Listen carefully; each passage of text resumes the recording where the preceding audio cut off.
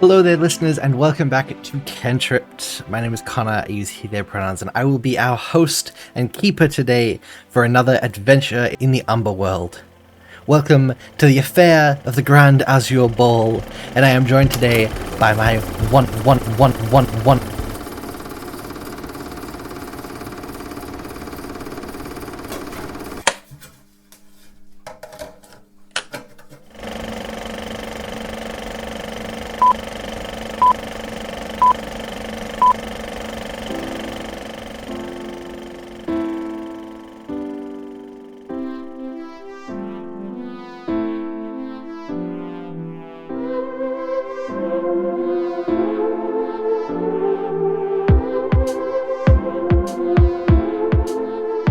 Hello there, everybody, and welcome back again to Cantripped. Sorry to pull the rug out from under you for the first little bit. My name is still Connor, and I will be your host and game master for today as we delve into another adventure in the Umber world, this time for Cantripp's 2026 April Fool's Day special. You join us today not for a fair at the Grand Azure Ball, but instead for a very different kind of adventure. Welcome to Attack of the Big Blue Blob, and I am joined in today's adventure by my wonderful cast of actors. Hi, I'm Jamie. My pronouns are they, them. Hi, my name is Sen Sentries. I go by he, him. Hello, my name is Golden Oceana, or Oshi, and I go by she, her, but I don't really care. And hi, I'm Sherb, or Sherbert Quake, and I go by they, them pronouns. We have this is such a new fun cast because none of you, I this is know! everyone's first time on Cantrip. I'm so excited. And our last. So excited. So for the first time in the Umber world, we are not playing with Monster of the Week, and we are instead dipping our toes into Never Stop Blowing Up, a TTRPG system written by Brennan Lee Mulligan and Carlos Luna for Dropout TV's Dimension 20 season of the same name. I'm not going to break down the entire rule set because I highly encourage you guys to download it and play the system for yourself if you get the chance. It's available completely for free from Dropout TV's store, and the entire system is less than 4 pages long, so it's super simple to learn. But just in case, the main two mechanics we'll need to worry about today are turbo tokens and blowing up. Whenever a player fails a roll, they earn a turbo token, which they can hold onto and spend at a later date to increase a future roll by the amount of points equal to how many tokens they choose to spend. So if you roll a 3, you can spend 1 token to make it a 4, etc. And speaking of rolls, that brings us to blowing up. All our players today have 9 skills. At the start, when they make a check using one of those skills, they will roll a d4. But if they roll the highest number, in this case a 4, that die will blow up, meaning any future rolls with that skill, they will use a d6, allowing them to roll higher numbers and achieve more complicated tasks. Anytime you roll the highest number on your dice, you blow up from a d4 to a d6, d6 to d8, and so on all the way up to a d20. If that sounds a little complicated, just all being jumbled together at the start, it's okay. It'll make more sense as we're sort of going and playing, and we're also all sort of learning the system, so we'll get through it together. Our final little top of episode housekeeping would normally be content warnings, but we don't have any for this episode, which I think might be a first for the Umber world. Fuck wow, there's nothing too scary, too upsetting here. With all that addressed, are you guys ready to get started? Yeah. Alright. Cast your eyes back to the distant year of 1951, the burgeoning atomic age, a time of rapid technological development, drastic social change, and most excitingly of all, the rise of the science fiction horror film. 75 years ago, moviegoers were enraptured by the now beloved cult classic popcorn flick, Attack of the Big Blue Blob, a low-budget masterpiece of intergalactic, radioactive proportions about a small town set upon by a ravenous, gelatinous creature, and the group of young people who put a stop to it. Now, in 2026, in celebration of the film's anniversary, a small group of college students have begun preparations for a sci-fi film festival, filled with flying saucers, bug-eyed monsters, and of course, a screening of the classic black and white cheese fest itself. But an original copy of the film is difficult to find these days. DVDs and digital distribution are available, but it lacks the charm of a true film reel experience. The only film reels of the movie that are available in all its pulpy glory are pretty rare. 2 years after its release, the film was cut down drastically to a shorter 50-minute runtime to run as a double feature with the film The Planet on the Edge of Outer Space, and those cut-down copies are really the only ones on the market to rent for cinemas. Or at least that seemed to be the case, until one almost mint condition reel appeared for rent owned by a mysterious film collector in downtown Chicago, not too far from our group of film junkies. But of course, before it can be played at a festival, or the festival can even be organized at all, it needs to be verified. You need to make sure that the movie you've been given is actually the movie you want. And obviously, who wouldn't want to rewatch the classic B-movie romp in their own private showing? Which brings us, after hours, to Chicago's historic The Oracle Theatre, where a clerk, having otherwise closed for the night, waits in the lobby. Sen, would you like to introduce us to your character? Hello, my name is Larry. I go by he, him. Wonderful. Would you like to give a description of Larry? Or is Oh, Larry yes. whatever we want to imagine? Oh, yes. Think about Larry rocks up with the black pants, the white t-shirt with slick black hair and a plaid black and gray jacket with those sunglasses. And just sits there with his little name tag over at the theater and just waits for it to hit. Mm-hmm. In my mind, you can shut this down, but in my mind, the Oracle is a pretty classy old school joint. I like to imagine the uniform includes a bow tie of some description. I You think was Larry's literally wearing the bow thinking tie? Yes, a red bow tie. A little red I bow would tie? Wonderful. Yeah, a little red bow tie. Yeah. Wonderful. So yeah, you think Larry's just waiting? I feel like you've probably just finished the shift. You've locked up. You've closed some of the theaters. You've swept up all the popcorn that's on the floor. Yeah. Who would like to arrive next? I can. I absolutely can.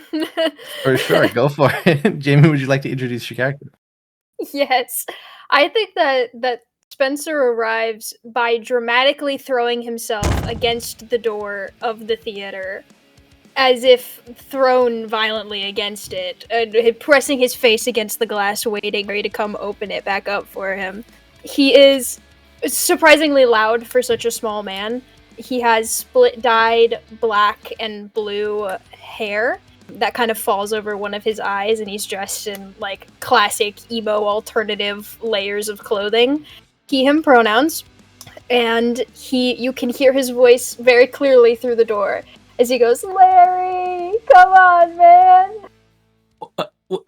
We are close. Look at your watch. We are close. It is exactly closing time. We just finished the last showing of today. Larry, we talked about this, man. Come on. You're gonna win this. I got something super cool. You need to see this. No, I would have to call management to make sure we can have a private screening, and I checked the list, and it doesn't seem like we have any more tonight. Management, dude. Come on. It's gonna be so cool. I'll let you sit in. You don't even have to make us popcorn. I'll figure it out. How long is the runtime? I gotta get home and take care of my cats. I gotta water them. Wow, it's like 80 minutes. 80 minutes. It's nothing. Come on. Christopher Nolan puts out 3 hours movies twice a decade. Come on. This is nothing. Who's Christopher Nolan? Was that an in-character question, or was that just said? Both. The Oppenheimer guy. The Oppenheimer guy. I love that guy. Yes. Oh, wait, it was made by Christopher Nolan? Yeah, man. It's the Oppenheimer guy. You know Christopher Nolan. Open the door, please. Come on. Let's talk about Christopher Nolan. You know what? Yeah, fine. As long as it's just you, a 90-minute film, and there's no messes. I glance over at my friend who is standing Yeah. several paces behind me. Comically, the two people behind you. Sure, would you like to introduce your character? Yeah, so probably trailing a couple of steps behind Spencer, kind of out of view of the window so that not to alarm Larry, is Scotty or Scott. He's got reddish blonde hair. He's wearing a little sweater vest and little glasses and just looks like the biggest nerd, and has this huge little smile smirk on his face, and as your the door's opening up, he's gonna walk over and be like, did you get him to say yes? Did you do it? I'm working on it. Just you put on your biggest puppy dog eyes, okay? It's working. Okay, yeah. He'll listen. Oh, hold on. when you first brought this up, you didn't mention that you were going to bring more chuckle nuts into this theater. Oh, hey! Larry! I feel like the antithesis of puppy dog eyes. Oshi, would you like to describe your character rounding out this pack? Oh, absolutely. Stepping out comically from behind Scotty, almost like, the hide behind from Gravity Falls, is this gangly freak of a creature named Lumi, who, is dressed somewhat sharply. They have a little blazer on, a little sweater vest, a little button-up shirt, and in their hands, they're just typing away on their phone as they look. Hey, Larry! So, did you know that somebody died in this theater, actually? And they put their phone out to the glass. Well, there is no... Okay, you know what? Hold on. We are getting sidetracked. And... Okay. It might be haunted. So, can you imagine a more authentic showing of a horror film? Come on. Okay. I know there's no ghosts in this. There's no ghosts in this. This actually might be the wrong theater. No, you're gonna like it. You're gonna like it, okay? You're gonna like it. Okay. You know what? This might not be the one somebody died in. That might be the one on Maine. Fine. 90 minutes, just the three of you, no popcorn, and just make it quick before management comes back and checks on the place. I gotta lock this place up in about within the next 3 hours before the night shift comes in. You're the best, Larry. Has anybody ever told best? You deserve a raise. I'm gonna put in a good word with your manager. Don't tell the managers about this. No, I won't. Anonymous. I'm just gonna say, Larry's the greatest. You should promote him. Mm-hmm. Yeah, okay. For no particular reason. All right. So, okay. All right, let's just get this started then if that's the case. Come on in. So as Larry is leading you all through the theater, I should, speaking of, people probably died here, this theater is probably haunted. I think the Oracle Theater is probably almost 100 years old. Like, it is a historic building in sort of the Chicago area. It is this love that we're in gorgeous... I don't know why I also like the fact we're in Chicago. It just feels right to me for this for some reason. It is like that sort of historic, like Art Deco wood and gold with like red carpets. The lights are dimmed, the place is closed, the posters are underlit, the air sort of smells like popcorn butter, and the floors are like that little bit sticky with spilled soda that movie theaters are. It's this platonic ideal of a cinema. And Larry leads you guys to sort of an old... It's not actually one of the big theaters, because all the theaters changed to digital projectors in the mid-90s, and you have like an actual reel-to-reel film. So sort of in a little back, smaller room, which is used for sort of testings and things, there is a reel-to-reel film projector that Larry sort of brings you into and helps set up. I don't know if any of you guys... Do you think your characters would have experience putting a reel-to-reel film on a projector? I think that if he doesn't, he has researched beforehand, before tonight, watching a YouTube video to be prepared for this exact This exact scenario. When we try to Bluetooth into the reel-to-reel.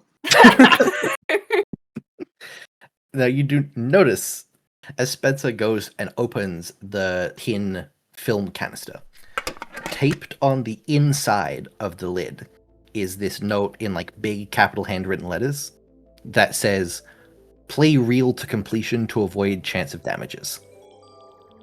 Noted. Okay. Mm-hmm. I want to be like holding it for you like it's a holy grail. This is amazing. I'm taking pictures of everybody as things are going on. Amazing. Just a little for the gram. For the gram. No. We don't need It's lunatic, gram. okay? It's No. for the gram. It's for the And This they- needs to be it's for the remembered, Larry. for No, the gram. I am trying to save my job, for okay? The gram. It's I for the don't care gram. if you It'll be use fine. Larry, it's gonna be fine. It's just gonna be fine. This is Look at this. Alright. Just look at this. Larry. I hold up the film dramatically. I go, look at this glorious object right here. Do you understand the history you are witnessing in this moment? It's going to be great. Larry, it's gonna be between you, Spencer, me, Scotty, and my 3 million TikTok followers. You know, if this gets out and I can lose put my an emoji job, over your face. no, I will take all of you down with me. You can have an alias. What's like Yeah. I'll put an emoji over you. Here, I'll put the poop emoji over Lauren. your face. What about We got let in by Gary. We'll say we got let in by Gary. Gary? Yeah. Gary. Gary. You Okay, can Gary. be Gary Just- today. It'll be okay. Yeah. Listen, all of you are on thin ice. If we don't get this film started very, very soon, I'll just kick you all out, and you could go watch it somewhere else. There's nowhere else for us to watch it. Well, you can watch it at home. Go get your own projector. Does it look like I have a film projector in my dorm room, Larry? I mean, Gary, come on, lock in. I mean, do you? No, I wish. Can you imagine? I like, know you've looked into it. It's not possible. You're I've expensive. tried. I know. Speaking of film projectors, you sort of clip it in, and it sort of goes on a pin, and then you flip the pin so it like locks the reel in place, and you feed the actual celluloid itself through the machine to put it down to the secondary reel. And eventually, Spencer goes, and you flip the first little light that turns on the actual projector light. You flip the second little switch that starts the tapes spinning. And for a second, it does start up. You can hear the machine churning with that really classic mechanical sound. And the screen at the edge of the room lights up with that sort of scratched beginning of film, couple of slides, and suddenly the countdown starts. You get that sort of countdown from 5, 4, 3, 2, and then there's a thunk, and no image comes through the tape. It's just this sort of orange, frozen, flickering screen. You can hear the machine still trying to churn with the tape caught in it, and it's making this sort of like whirring, grinding noise. No. No. And then suddenly, all at once, the entire tape flies through. It's like it gets caught on the little pegs again, and there is such a bright, blinding burst of light from the front of this projector that fills the room. And when the light settles again, the four of you are no longer in the test screening room at the Oracle Theatre. You are standing on the side of the road in an expansive desert. The bright blue, cloudless sky overhead is beating down on you. There is winds, there are mountains and cacti in the distance. Very faintly, you can see this sort of hazy mirage outline of a town, but you are not in the movie theater anymore. We got drugged and kidnapped! Lumi, grabs Scotty by the shoulder and shakes him. She's, they got me! They finally got me after all this time! This is real. This is like touches ground.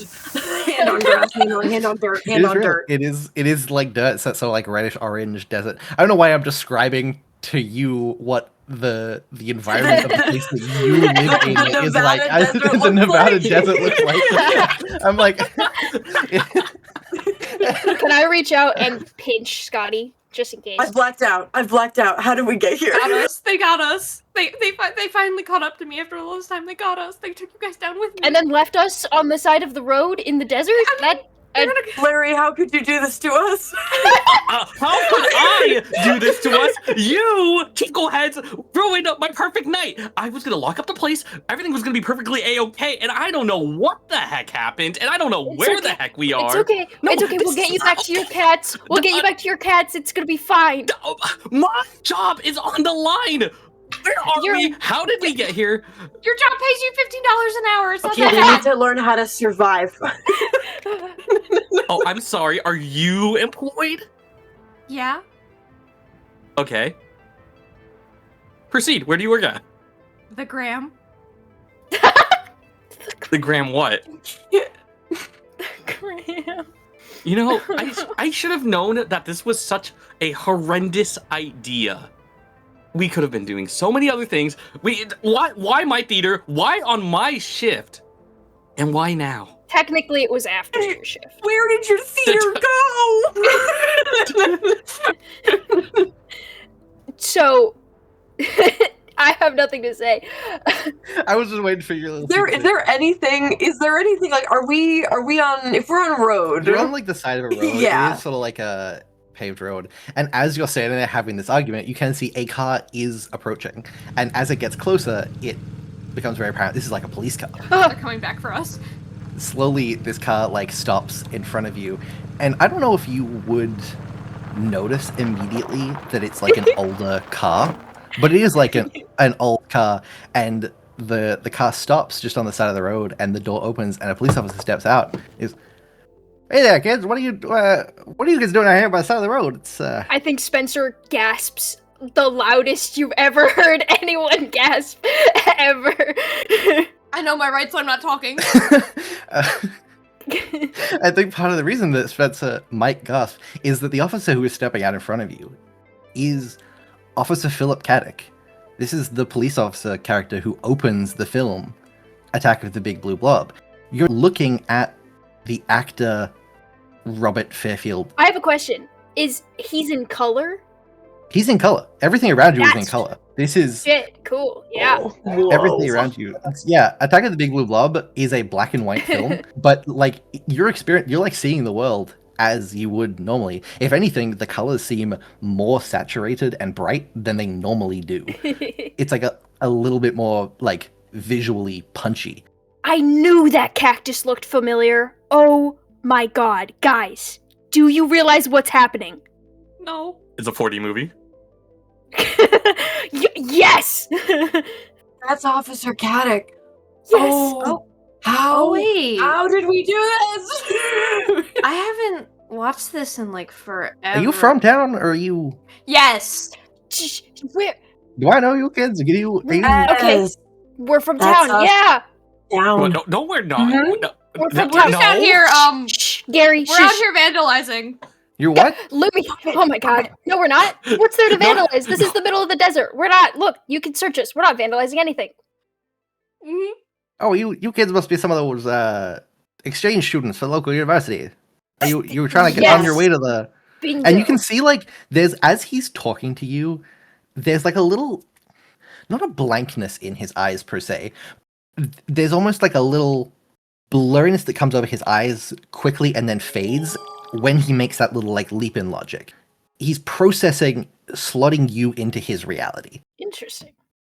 Oh, you must have headed up to the observatory. I mean, if you're out of town, that's a bold choice to try and walk there, I must say. Say, I'm heading out there now. Do you kids need a ride up to the place? The observatory. Is this... I look at Scotty. Is this a really Uh-huh. bad idea?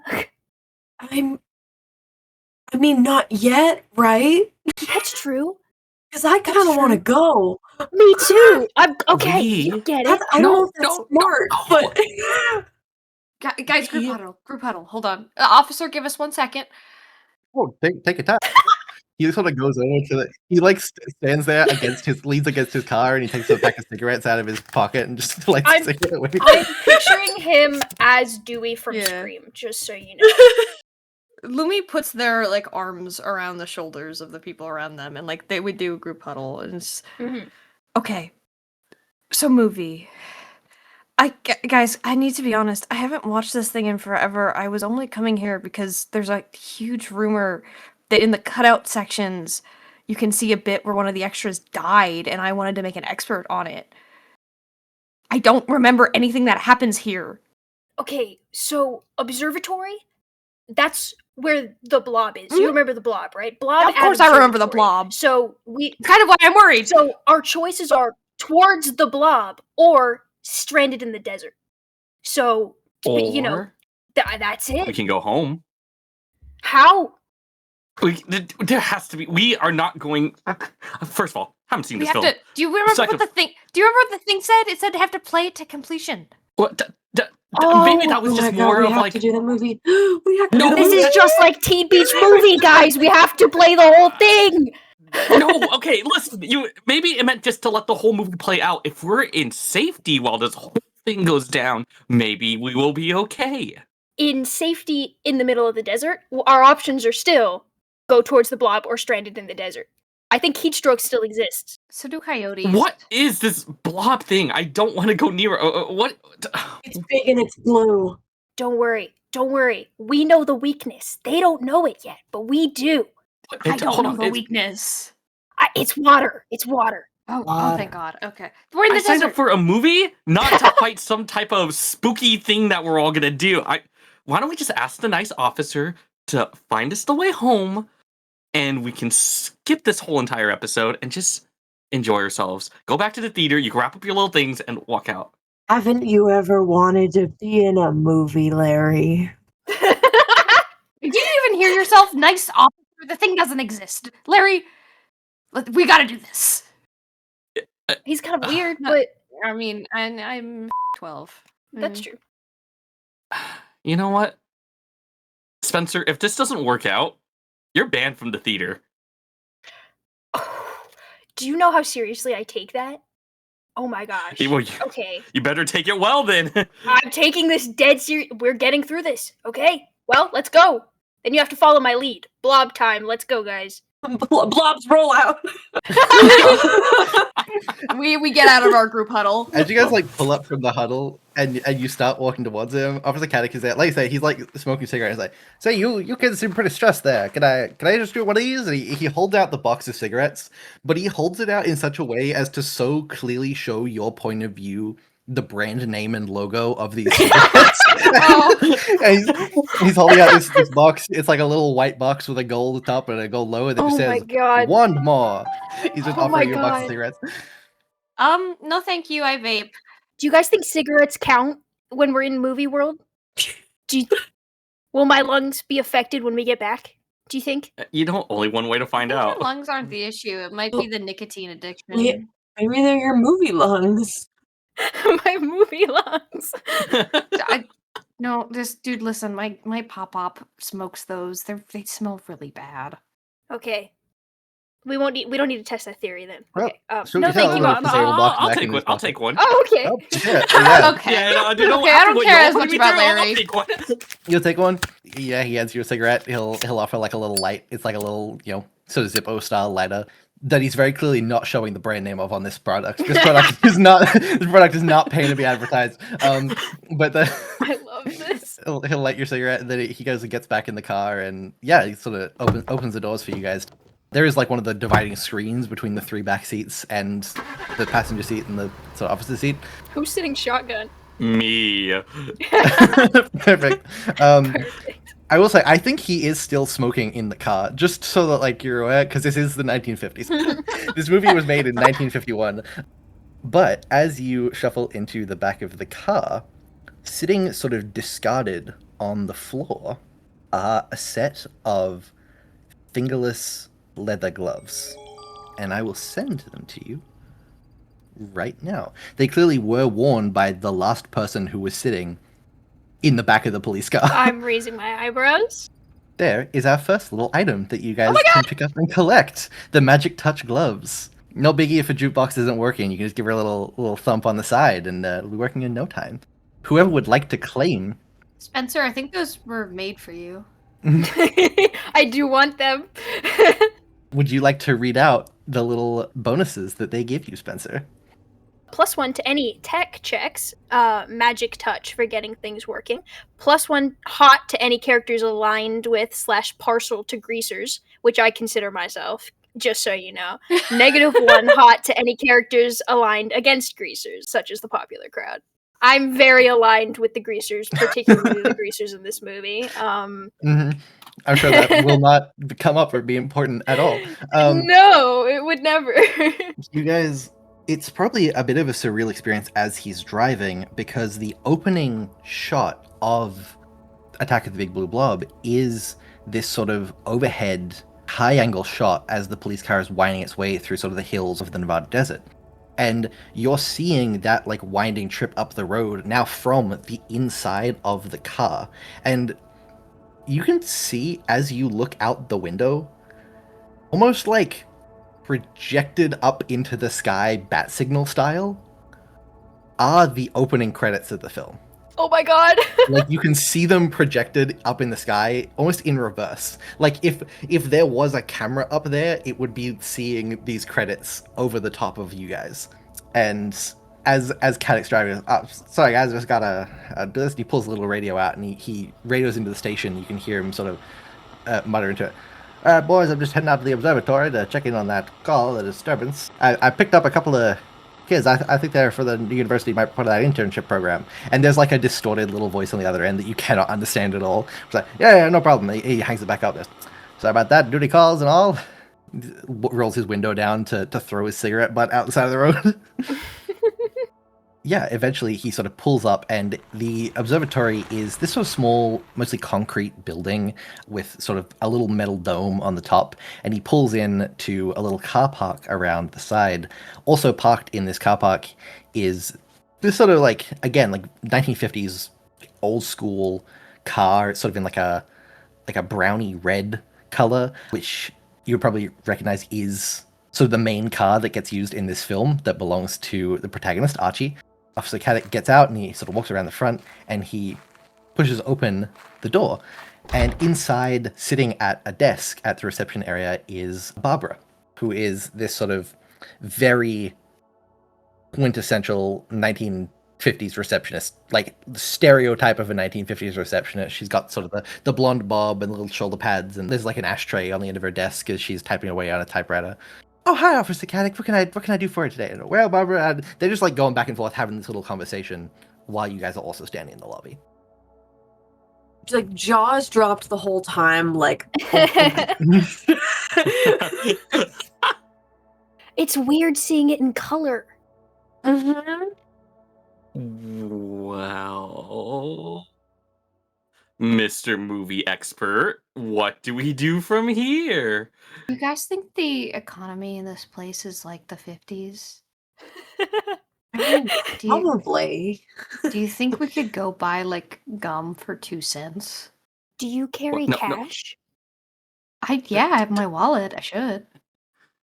Oh, you might be onto You should get, like, a lot of gum. Do you think it'll come back with us, or will I it hope- age like 100 years or 75 years? Oh. my bad. No, we are not messing around with whatever is going on in this world with money and You're not. No, we are not. You're not. You're no fun. The movie is happening in there right now. Should we go in there? It cuts to in there. As you're saying this, a different door, not the door that Spencer is pointing to, opens, and a quite frantic-looking young woman pushes her way through. She's a shorter woman, maybe like 5'3", maybe, with this very styled-up, bright blonde, very like 1950s style haircut. She's wearing this sort of pink sweater and a little white shirt that is underneath a lab coat, and you can see sort of this flowy, spinny dress around her feet. And she sort of comes in through and goes, "Oh, golly, sorry, Officer Caddick, we were expecting you a little earlier. Sorry, we're a little busy. Here, let me take you through to the dock real quick. This is Goldie, one of the characters from the film, Grace Goldie Valentine." But yeah, Goldie sort of then sees this other group of young, very strangely dressed young people standing there. "Oh, sorry, can I help you?" Okay. Wait, what's our story? We gotta... We're here vandalizing. You're what? No, Stop. no, That can't. Do The you- cop is right there, Lumi. We are also students here to help. We were assigned to the project late, but we're here to observe the doctor. with Dr. Zemo? Yes. Okay. Sure. Well, come on through, I guess. She sort of will go over to the desk that Barbara is sitting at, and she'll pick up like a little clipboard and then lead you through the door that you were in before. And you can actually see, because the timeline is now a little bit delayed because Officer Caddick had to stop and pick you guys up. Inside, shit. Dr. Zimov is actively sort of showing Archie. Dr. Zimov is this sort of taller, very skeletal, doesn't feel like the right word, but this very sort of gangly man with sort of a little pencil mustache. a very Vincent Price coded sort of thing in his lab coat, and he's showing this younger man who has this sort of blue polo shirt underneath a lab coat and this very styled, coiffed 1950s hair, this tank. And inside the tank, you can see a little meteor. This is Dr. Azimov and Archie Bradbury, showing this tank, and you can hear Dr. Zimmer saying, "Well, this is his voice now. I did not. Okay, that's what happened. I should clarify to the audience, I did not come up with voices for any of these characters before this exact moment, so this is what they sound like now." So, yes, it is strange. This landed in the desert not far from here. This is our first point of call for research before sending it off to the military. It's strange, yes. And you can see as he's putting on these gloves and he goes to reach into the tank to pick up this little meteor. Oh. Should we stop him from doing that? If we interfere, that's probably not good, right? Maybe. Well. Yeah, I mean, it could get worse, or maybe like... Or maybe... Butterfly effect? Yeah. You know, if this is like going to trigger something bad, we could prevent it and then wait out the rest of the time and things will be okay. Because if we're not going to hide, at least we can prevent bad stuff from happening. I think as you guys start speaking, the doctor like jumps a little bit and he puts the little rock back down and goes, "Oh, I'm sorry. I must not have heard you come in. I was just showing my assistant, Mr. Bradbury here, this new incredible find. Oh, Miss Valentine, come in. I was just, this is the recent asteroid that was discovered. It crashed approximately 25 million years ago here in the Nevada desert before being uncovered by recent nuclear testing. It's, he's literally just standing there giving exposition for the film in front of you guys. Like, I think Spencer's mouthing the words along with him. You are literally just watching a man stand there and give exposition in a very unnatural way. It's not like, this movie is written not the best. I just want to say that I think Scotty is like just slowly like shifting himself to stand at like the initial establishing shot of this scene here and like put his face where the camera was. And just like sidestepping is like a little bit weird because it's like somewhat like in the middle of the room. Scotty's standing awkwardly. Spencer's mouthing the words that the doctor is saying. You're like readjusting yourself and moving around, and as you do, you step on something on the ground. Oh God. And you notice that having fallen off of a coat rack is this white and blue Letterman jacket. And I will send our second little item. Oh my God. If someone would like to pick up this Letterman jacket. I don't know if I don't think that goes with my style. I don't think that's calling to you. Yeah, this might be the me. Try it on. Calls to you, Sen. I've already made my alignments clear. You will each get like an item. There's not like you don't have to like pick a specific thing if you don't want to. Like, no. I think it matches the fit. Yeah. In that case, sure. Would you like to read off the Varsity Blues Letterman jacket? Yes.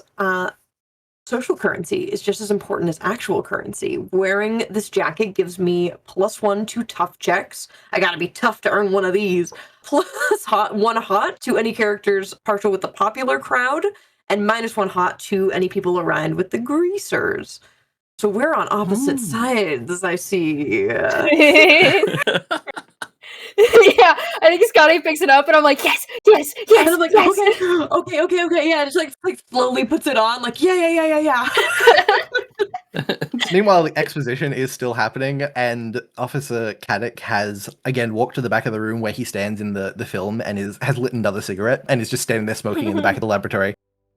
Speaking of the greasers, you guys suddenly hear a crash from the next room over. And in this flurry of movement, Officer Caddick pulls himself up and stubs a cigarette in an ashtray and darts over to this other room where there's this clashing and clambering. And both Archie and Goldie also split apart from the doctor to move into this secondary room. We gotta follow them. We gotta get out of here. Come What's on. going on? Just trust me. Come on. Dr. Zimov is standing there so confused as all of these people just suddenly like pile past him into what's essentially like a storage cupboard. Like it's a little storage room. And so you're all kind of crammed in there a little bit. And there's like a window to one side that's been like propped open and a bunch of shelves, and one of the shelves has been knocked over. And you watch as Officer Caddick sort of picks up and wrestles and grabs the arms of this young man in a leather jacket. He has this like long, not quite a mullet because it's like a little bit early in history for like mullets to be like a thing, but it's very like mulletish hair that's like clearly greased and gelled and styled. He has this like the big curl like in front of hanging over his forehead, and like the rest of his hair hanging over his shoulders, and he's like kind of wrestling with Caddick a bit, and Goldie stands there and says, "Oh my god, that's Stitches!" To which Archie responds, "Well, yeah, that's one of the..." Whoa, I guess he has voice cracks now. That's Archie now. That's canon. That's canon. Well, yeah, it's one of those greases from the north side of town. And you just hear Caddick sort of yell, "This is the end of the line for you, Weston. I'm going to put you away for good after this one." And Jay Stitches Weston starts to try, like, arguing his point a little bit more. He's sort of going like, "Look, officer, you don't understand. I'm doing something here. This is more important. It's not what it looks like. I swear. I know that I came through the window." Can I back like, him up? I want to be like, "Hey, we should hear him out. We should hear him out. He's got, what is he? We should hear him out." Did you read that guy his Miranda rights? Did you? What are you all doing? Can you roll me a hot check, please, Jamie? Yes. I also looked it up. When you say Miranda rights, Caddick just like blinks at you because those did not exist in 1951.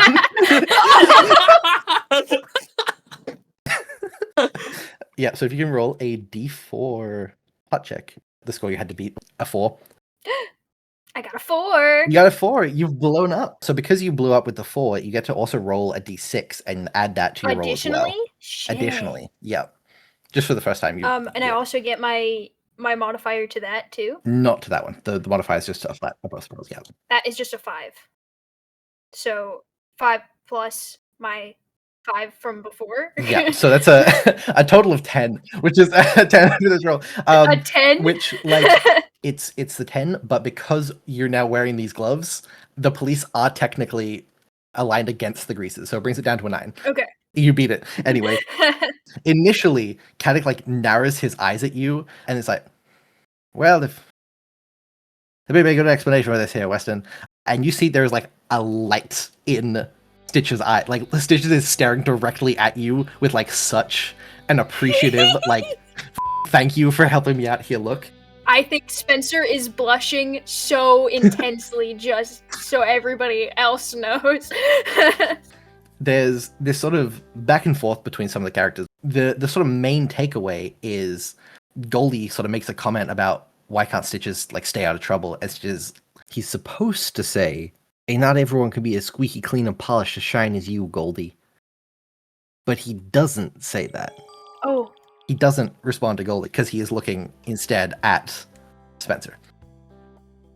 Okay. I think I may have made a mistake. Wait, what do you mean you made a mistake? We're not supposed to interfere. Meh, meh, meh, meh, meh, meh, meh. Listen, have you seen him? Have you seen? What was I supposed to do? Stick with the plan? He looks like he's just a guy. Hit him with your car. Do not speak about Andy Hudson like that, okay? This is very serious to me. Is that the guy or the actor? The actor. So I guess not him. Never mind. Yeah. In the room behind you guys, suddenly there is this sort of like yell of panic and pain, and this stumbling and this crashing. And the Archie like jumps up and goes to run back into the other room. But I think that Caddick and Stitches almost can't. Like, I feel like they're almost boxed in by the fact that you guys are standing in the doorway. Oh, we have to move too. And you hear, like, from the background, from behind you, this, like, pause. And then, "Gee golly, the doc's all bones!" And, like, from the other room. Oh. Damn, we missed it. Oh my god. Come on, guys. Well, why are you excited about this? I'm sorry. I'm trying really hard. Hey. Joining Archie in the other room, like, that's true. You can see, like, this skeleton sort of flopped out on the ground behind the desk wearing the doctor's clothes. There's no skin on this at all. It is just a skeleton, like, wearing clothes. And very clearly, like, a clean, like, classroom skeleton sort of thing. Did you know? It's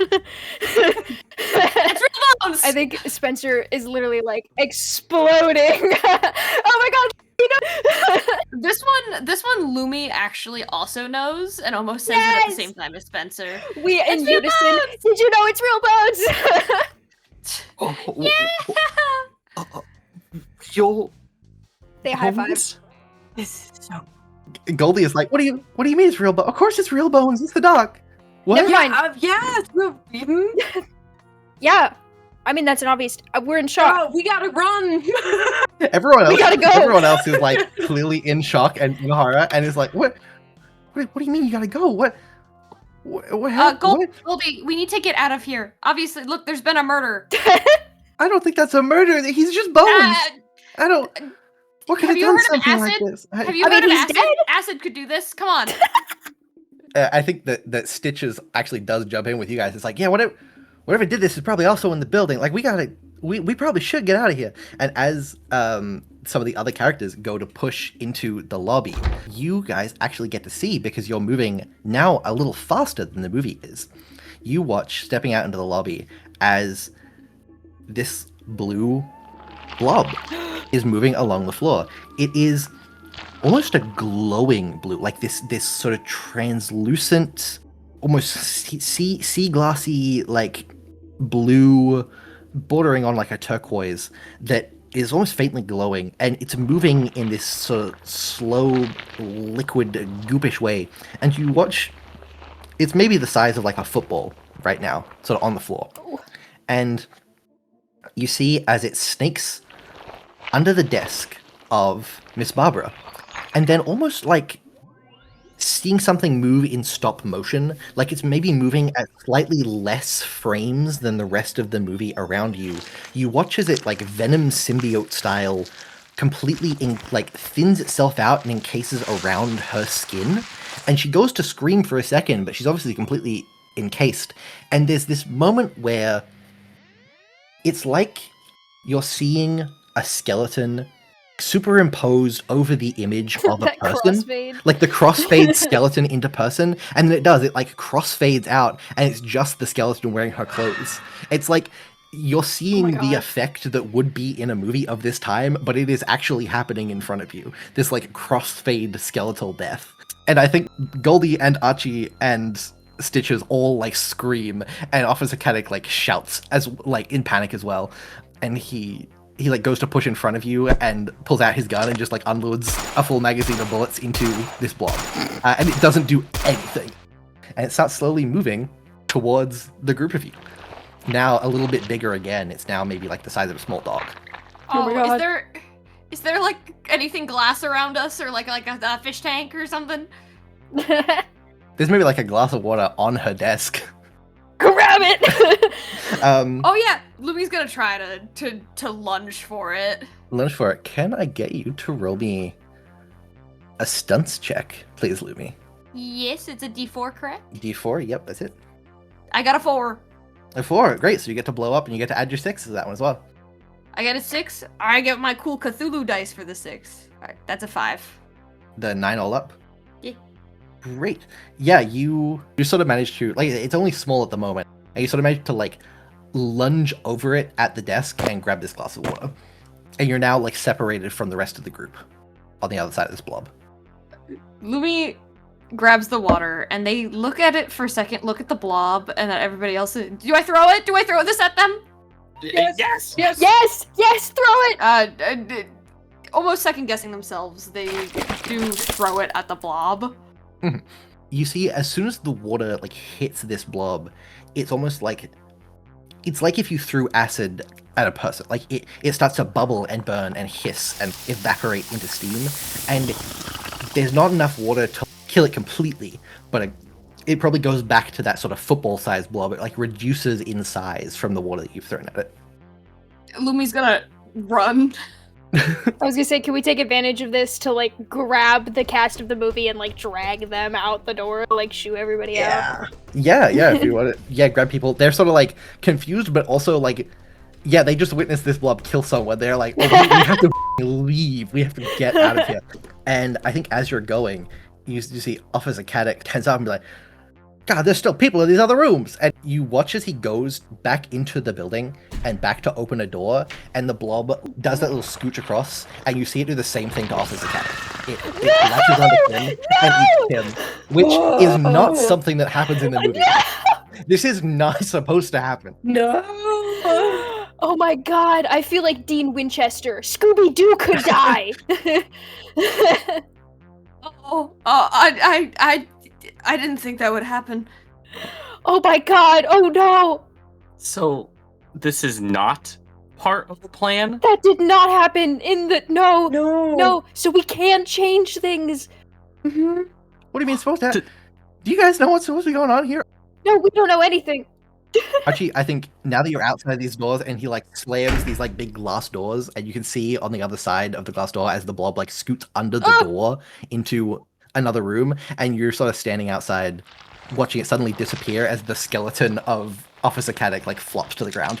Everybody, we need to go hijack that police car now. We gotta go. Everybody, come on. Goldie, come on. Archie, come on. Goldie's like, "What? We don't Goldie, we don't need to hijack Goldie. the police car. Archie has a car. He can give us a ride or Oh, wonderful. something, sure. Archie. Oh, we can do that. Lumi like goes to Archie. Drive. Go. Yeah, okay, sure. There's too many of us to fit in one car. Yeah. There's never too much. Collectively, the group slams around and getting to Archie's car. There is only 5 seats in this car, and there are 7 of you. At which point, I think Stitches will be like, I can take somebody on my bike, maybe, or 2 people if we need to, like on the back. Hand on Spencer's shoulder. Go.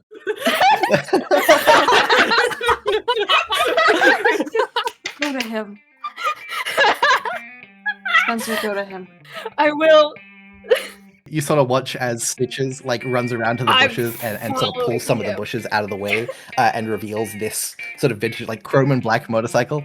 As you get over that, Stitch might turn to go, you're not exactly here, take that. And he takes off like his little leather jacket and holds it out to you.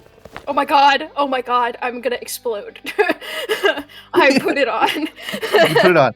Putting it on, you feel that there is a tub of something in the pocket. Huh? Yes. And that brings us to our next little item. Spencer's just going to be a greaser by the end of this. As if he wasn't already. Is being alternative not just being a modern day greaser? Let's be honest. Inside the pocket of this leather jacket is this sort of little metal tub with like grease in it, like a hair product, like grease in there. Should I give this to You can spread things around. You don't have to like stick to one item. Okay. If you guys want to share items around, it doesn't Yeah. matter too much. There's 4 items, so whatever organized you want to do. I think I'm gonna wait until Stitches is picking up his bike because I don't want him to see me take stuff out of his pocket and then give it to other people. Yeah. But then I'm gonna turn around, I'm gonna go, Luby, catch! And I'm gonna toss it. Lumi grabs it and oh, hair gel? Yeah, Lumi, would you like to read out the social lubricant item that you've been given? Yeah. God, they need it. So it's +1 to stunt checks. The grease makes you more aerodynamic. +1 hot to any characters aligned with / partial to greasers, and -1 hot to any characters aligned against greasers, such as the popular crowd. So, plan here is 3 of you are piling into the back of Archie and Goldie's car, and Spencer's going with Stitches on the bike, right? Yeah. Yeah. Yes. Cool.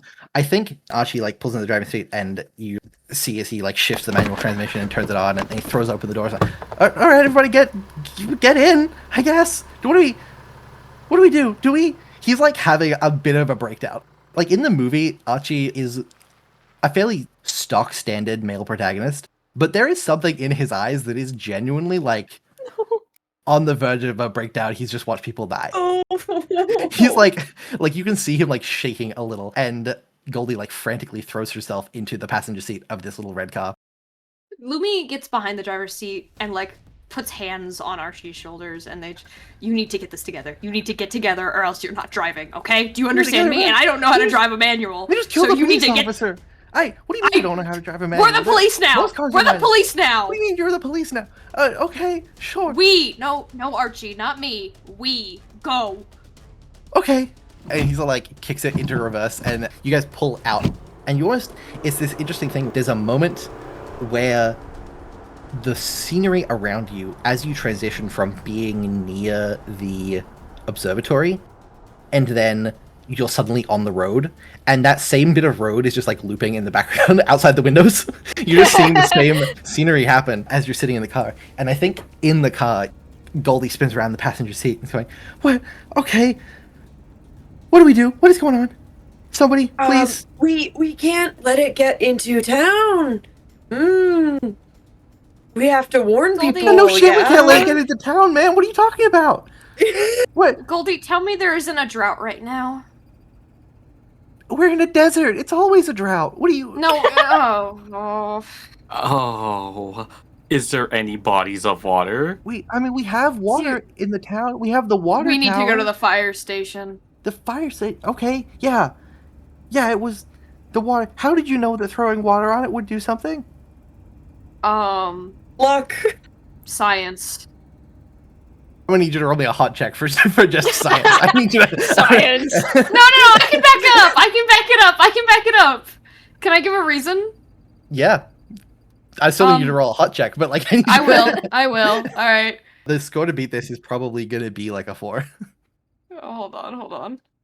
That's a 1. That's a 1. Okay. You can take you get a turbo token. I get 2. Oh, that's true. You get 2 because of your bonus move.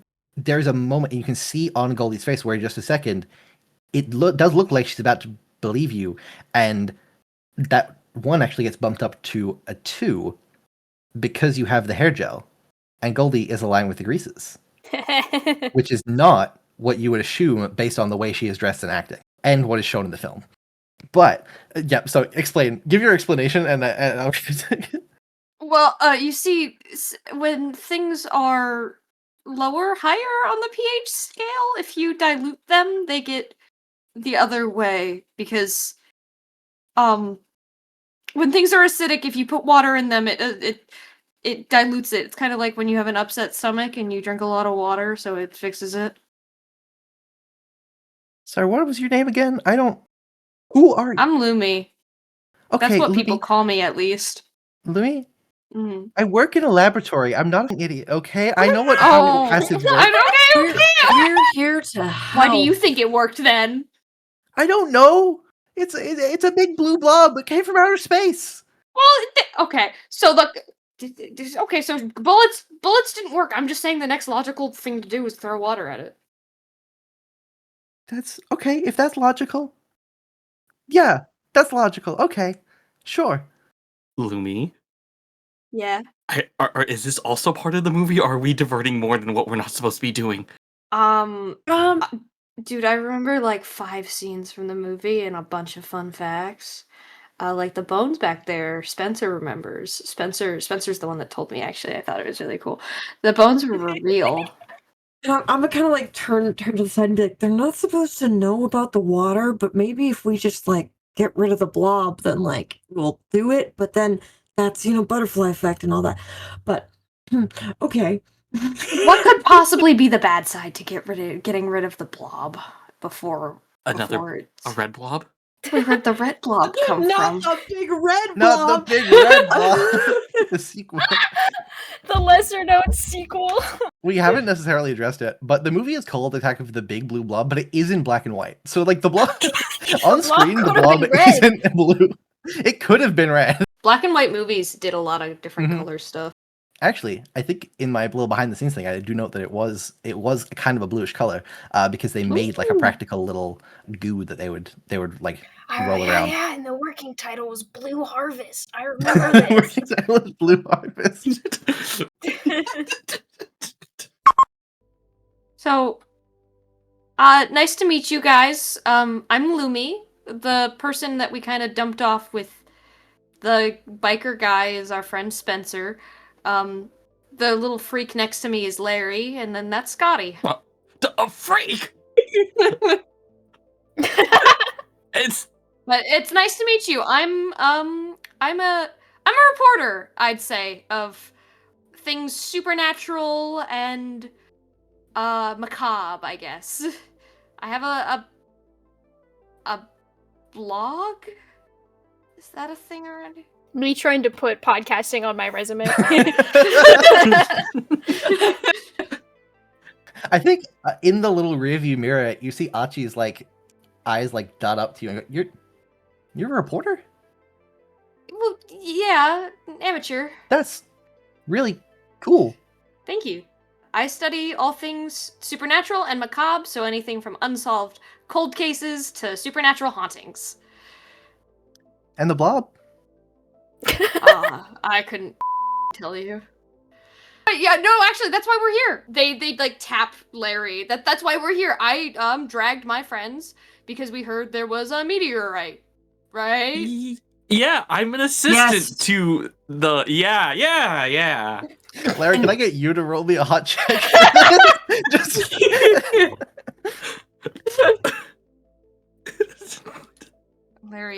Larry, lock in. All right. Okay. All right. Gary, give me a new pair of shoes. Oh, I did a Larry roll. That's a 1.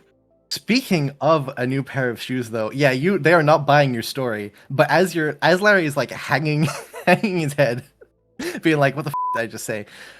On the floor, like underneath the back seat in Archie's car, is a pair of shoes, and I will send our final little item that you guys get, which Larry can equip. I guess that doesn't feel like that's a very video gamey term, but Larry, would you like to describe the blue suede shoes and their effect? Oh my god! Oh my god!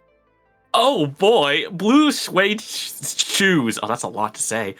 Dancing's not all they're good for. Their soft fabric and built to last construction makes them light to move around in. Wearing these shoes gives you +1 to any sneak checks, makes you light on your feet. +1 hot to any character aligned with partial to the popular crowd, and -1 to any character aligned against the popular crowd, such as greasers. Why'd you say it like that? In the back of Archie's car, there are just a literal pair of blue suede shoes that you can grab. Wait, do these even fit me? Like, what size are they? Like, I think that like the second that you pick them up, there's a little bit of like, you know, when a film projector will sort of like shudder a bit and the image like shakes a little. mm-hmm. Holding these shoes in your hands, it's like that's been applied as a texture to these objects for just a second.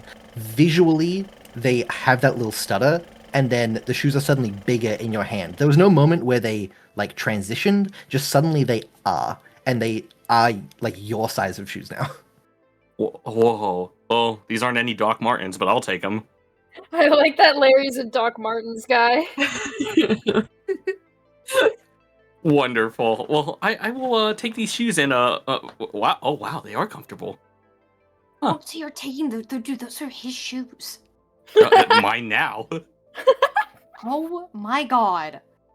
Archie, I think in the review, it's like, "Oh, it's fine. I don't wear those too often. Yeah, sure, you can have them." But then again, there is that little same thing you can see in the review mirror, the same thing that happened to Officer Caddick, where it's like that little blur for a second as reality is like shifting to fit what's happening. Can't believe Officer Caddick is dead. Oh my god. Officer Caddick, I'm not gonna lie, I got through a lot of writing this and then realized that I had too many NPCs. And I did this last time, and I was like, I don't need Officer Caddick. He's not important to the No, movie. I he's don't need him great. right now. There is again that sort of sudden switch where the looping background stops, and you see outside of the car there is this like sign that says "Welcome to Cormanville, population like whatever the population is." You enter like the outside of town. Jumping back to Spencer, Stitches pulls up the bike as the car is moving away. He's going, "Have you ever ridden one of these before? Do you know what you're doing?" No. No. I'm sure I All can right, figure it and out. he like hops up, like I was gonna say saddles. I don't think that's the right word, but like gets up onto the motorbike. Is all right. You just kind of sit in behind me, and just like put your arms around my stomach, and we'll go. You good? Yes.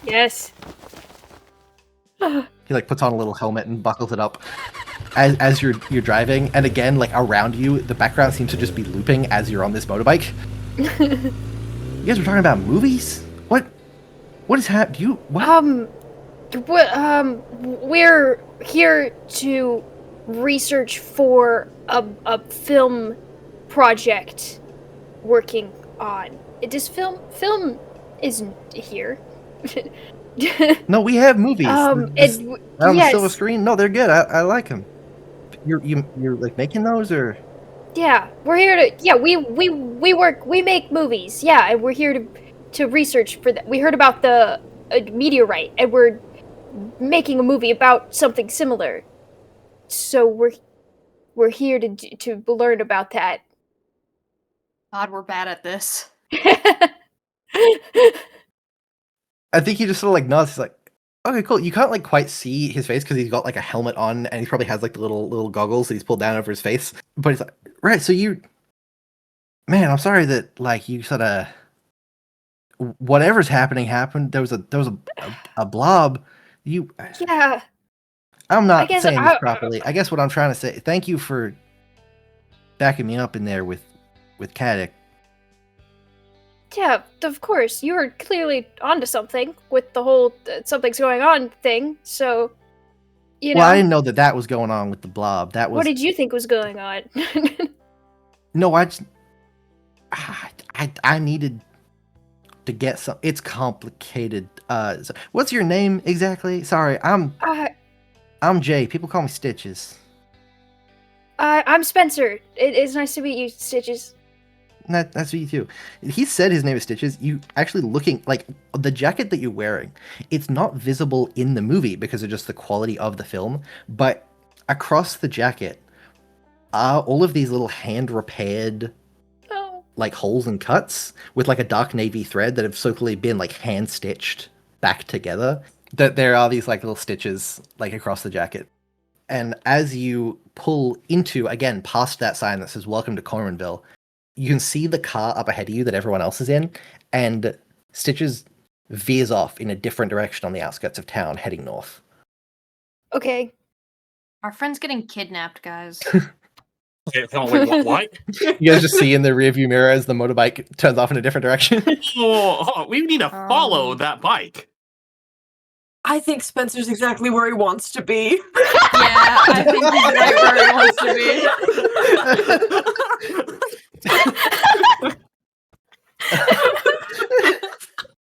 I think when you do suggest that you follow, Archie's hands sort of tighten on the steering wheel. It's like, I don't know if it's a good idea to head that side of town right now. I don't think that might not be best course of action. We need to.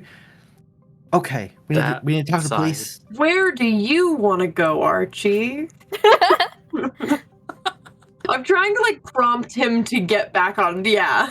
I think there's such a genuine moment where there's a look in Archie's face like no one has ever asked him that before. Like no one has just been like, "What do you want to do?" And Archie is like looking at you in the rearview mirror, and like to the point where he's no longer looking at the road. And well, gee whiz, I hadn't really thought of that. I was just kind of driving. We can't go to the police because one of the police just died. I don't really want to be. Will we get blamed for that? And I think Goldie reaches across and is like, "We're not going to the police. Not doing that. No. We're not going to the police." I like these people. She's like, "Okay, we'll go.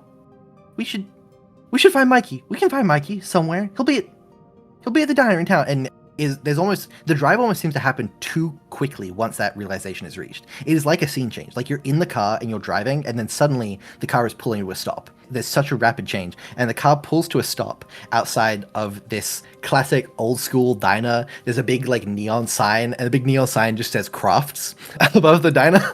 And very shakily, Archie and Goldie like get out of the car. Okay, this is good. This is good, guys. We're working. We're working. Do you... So Theoretically, we have like 30 minutes, and then everything, and then the blob comes.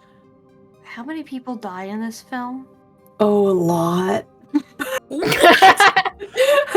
Have you ever considered that we might be? If we die in the film, do we die in real life? I don't know. Is this like Sword Art Online? Maybe maybe we just don't go home. What? Well, if that's the case, then let's. We need to get Spencer back. We need to get Spencer back. We need to figure out what's going on. I don't know what this whole side quest that we're thinking about doing right now. Could I actually get Scotty to roll a wits check as well, real quick? It'll be a difficulty level just of 2 because you're familiar with the movie. Okay. I got a 2. All right, perfect. You would know that in the movie, the way that the blob gets back to the town so quickly is that it latches onto the back of Archie's car. Oh my god! But you guys left the observatory before it had the chance to leak out the door towards the cars. So there's probably more time than there should be in the movie before the blob gets to town. Okay. Can I go check the car? Yeah, you can check the car. You can... yeah, if you want, you can go and check the car. Yeah, there doesn't seem to be anything on the back of the car. Like, looking around it, there's not like a blue blob, like, hanging onto the back of it, like hanging onto the bottom of the car or anything ready to leap out. Like, it seems fine. Oh, okay. Okay. We might be okay. I don't like the might. We at least have more time. I would like to I go don't like home. how fast this thing kills people. I don't remember that. Do you think it can drive? It gets in the police car. like a blob, human-shaped blob driving the car. Driving the car. Oh no! It's got the little police hat on. Like, It on top of the blob. blob cigarette. Yeah. I will say, I do think it's also new in the movie. At no point do you ever actually see someone dying. It always happens off screen. So this is like a new thing that you've seen that effect of the skeleton crossfade. That's not something that's in the film. That's something that like has just happened now as part of you're seeing this from a different perspective. Okay. I don't remember this movie being that violent. Yeah, they never actually framed it that way. It's always people coming in and then bones, eat bones. So they might be a little bit traumatized, and maybe we are too if it didn't look so Funny. We've changed things. Yeah, what rating is this film, by the way? That's a great question. Were there film ratings in the 50s? I don't know. I know that PG wasn't brought in until the 90s. I'm going to Google this right now. Films are designated approved or not rated by the Hays Code. So this probably would have been approved by the Hays Code. Oh my god, you said the Hays Code. I just got flashed, dude.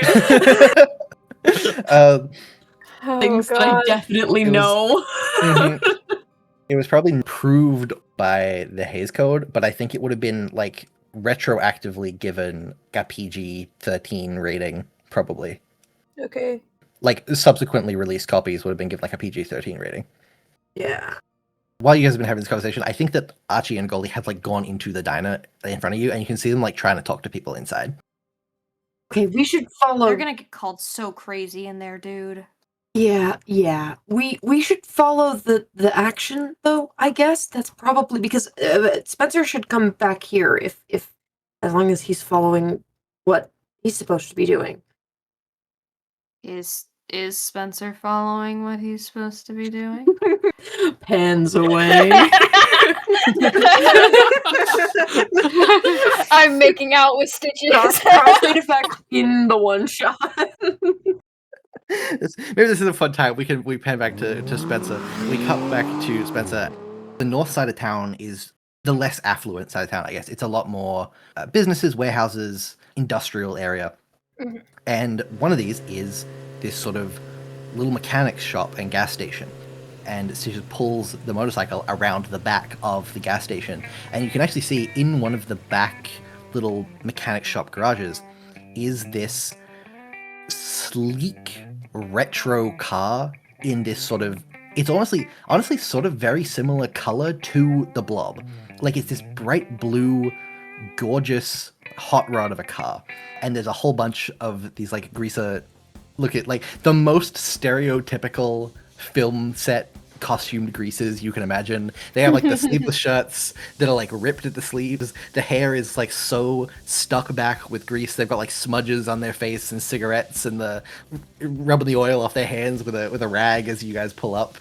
And Stitches sort of gets off and he starts to run over and he goes, Spencer, you should meet these are the guys. We got Gaffer here, he's the lead. And then over here we got Grips, the short one, that's best boy. And he's just like listing these names, and they are all very clearly like names of productions, like film jobs. But all of these guys are like looking up and they go, "Hey, Stitches! Man, you should have been here." Listen, this guy, he dropped off. Like, look at this thing. It's gorgeous. I tell you, Mikey has no idea what the hell he's doing, man. He burned out the transmission. I mean, he's treating this thing like a manual. This baby's automatic. Look at it. It is a very nice car. But like these I like these how you guys are, still have the accent. Yeah, these guys. It's a very nice car. It's a very nice car. Okay? That's the vibe you're getting for these. Like Gaffer, like is this like Amazing. So John Travolta. Like he has the big leather jacket with the shiny like chrome zips and everything, and they're working on this car. Stitches is sort of like, guys, we don't have time for this. Okay, well, there's this thing up at the lab, and they're like, "Oh, the lab, yeah. How did that go? How did your little robbery job go? You got it? You got your money, or did you screw that up as well, huh?" And so it just sort of goes a little quiet. It's like that's really not important right now, guys. There's My thought process here. Let me break the fourth wall. My thought process here is that in the actual movie, it was the police officer who went and got the fire department, which helped out. They like took care of the lab and everything. And he's dead, so he's not doing that right now. So my thought process is I would like to convince some of the greasers to go get the fire department.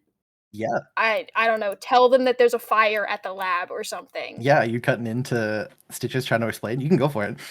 Yeah, I think I am. Yeah. Stitches. Maybe I don't know if I'm trying to like pull Stitches aside to get him in on this plan, or if I'm just interrupting him and just being, listen, there's no time. We need water. Should I not derail it at all? That's up to you. We've established the movie is already like super derailed from what it should be. Yeah. So, I feel like I'm trying to underail We're kind of making our own. Yeah. This is our movie now.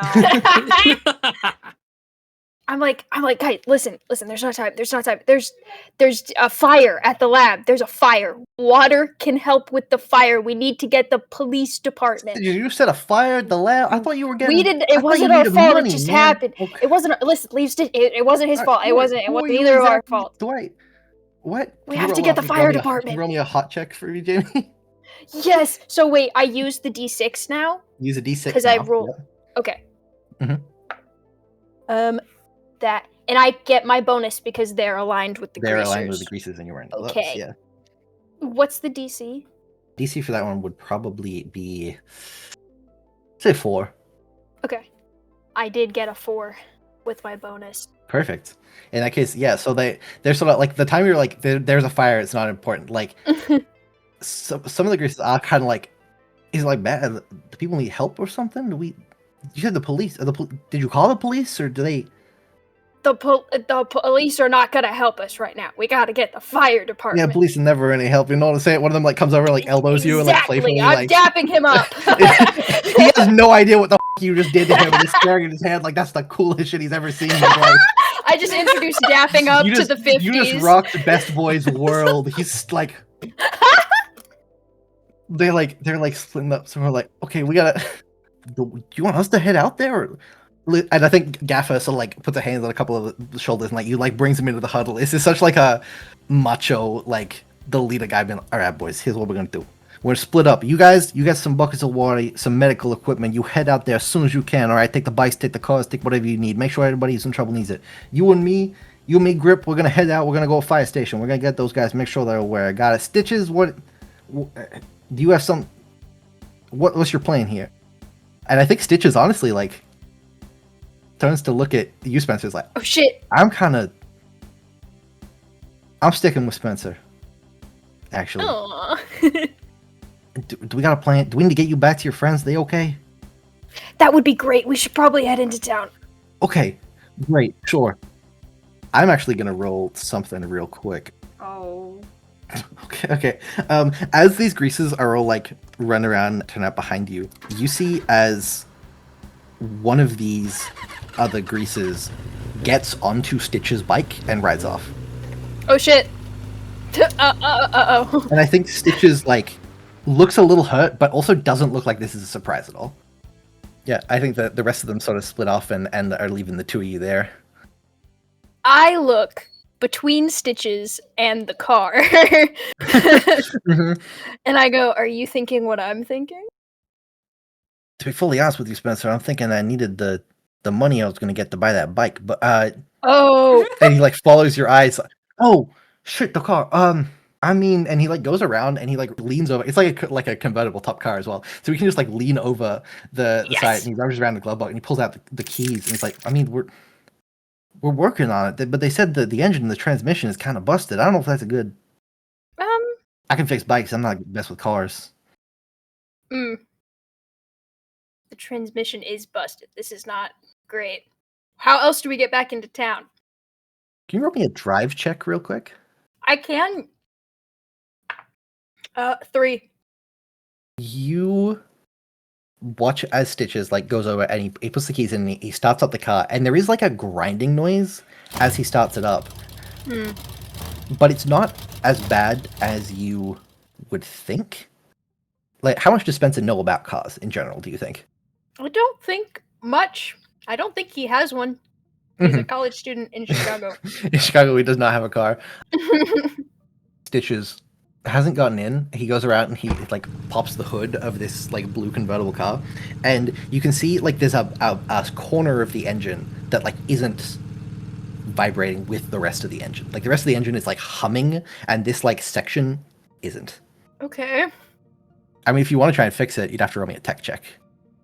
Jamie, think about it. How would you fix a car in a movie?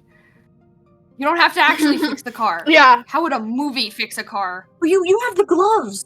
You have the gloves. Just hit it. Just punch it. I do have the like, gloves. that shit. Jukebox ain't Just, like, working. smack I just that. smacked the side of the car. Yeah. You just smack the side of the car. Roll me a tech check with your bonuses. Actually, that'll probably also lower it. That'll be like a tech check of like 3 because you do have the gloves. I got a 4. A 4, perfect. So Yeah. you also blow up if you want to roll the additional dice. Sure. Oh my god, I got a 6. Okay, you blow up again. Roll got a a 10. D8 as well. Oh my shit. You'll never believe what I just rolled. Did you just get an 8 as well? I did just get an 8. Oh my god, you are exploding, dude. Oh What, my you're god. 18? 8. I got an 8. An 8? Okay. So 8 plus 6 plus 4. You got a 26? And the roll you needed was a 4. You hit this car. Can I like at this point I just fix it in real world logic. The moment you hit it, you don't know that much about cars. But that's a beautiful sound for a car to be making. Like, even outside of like being a fan of cars, you're like, holy shit, that is like the most pristine movie sounding car I've ever heard.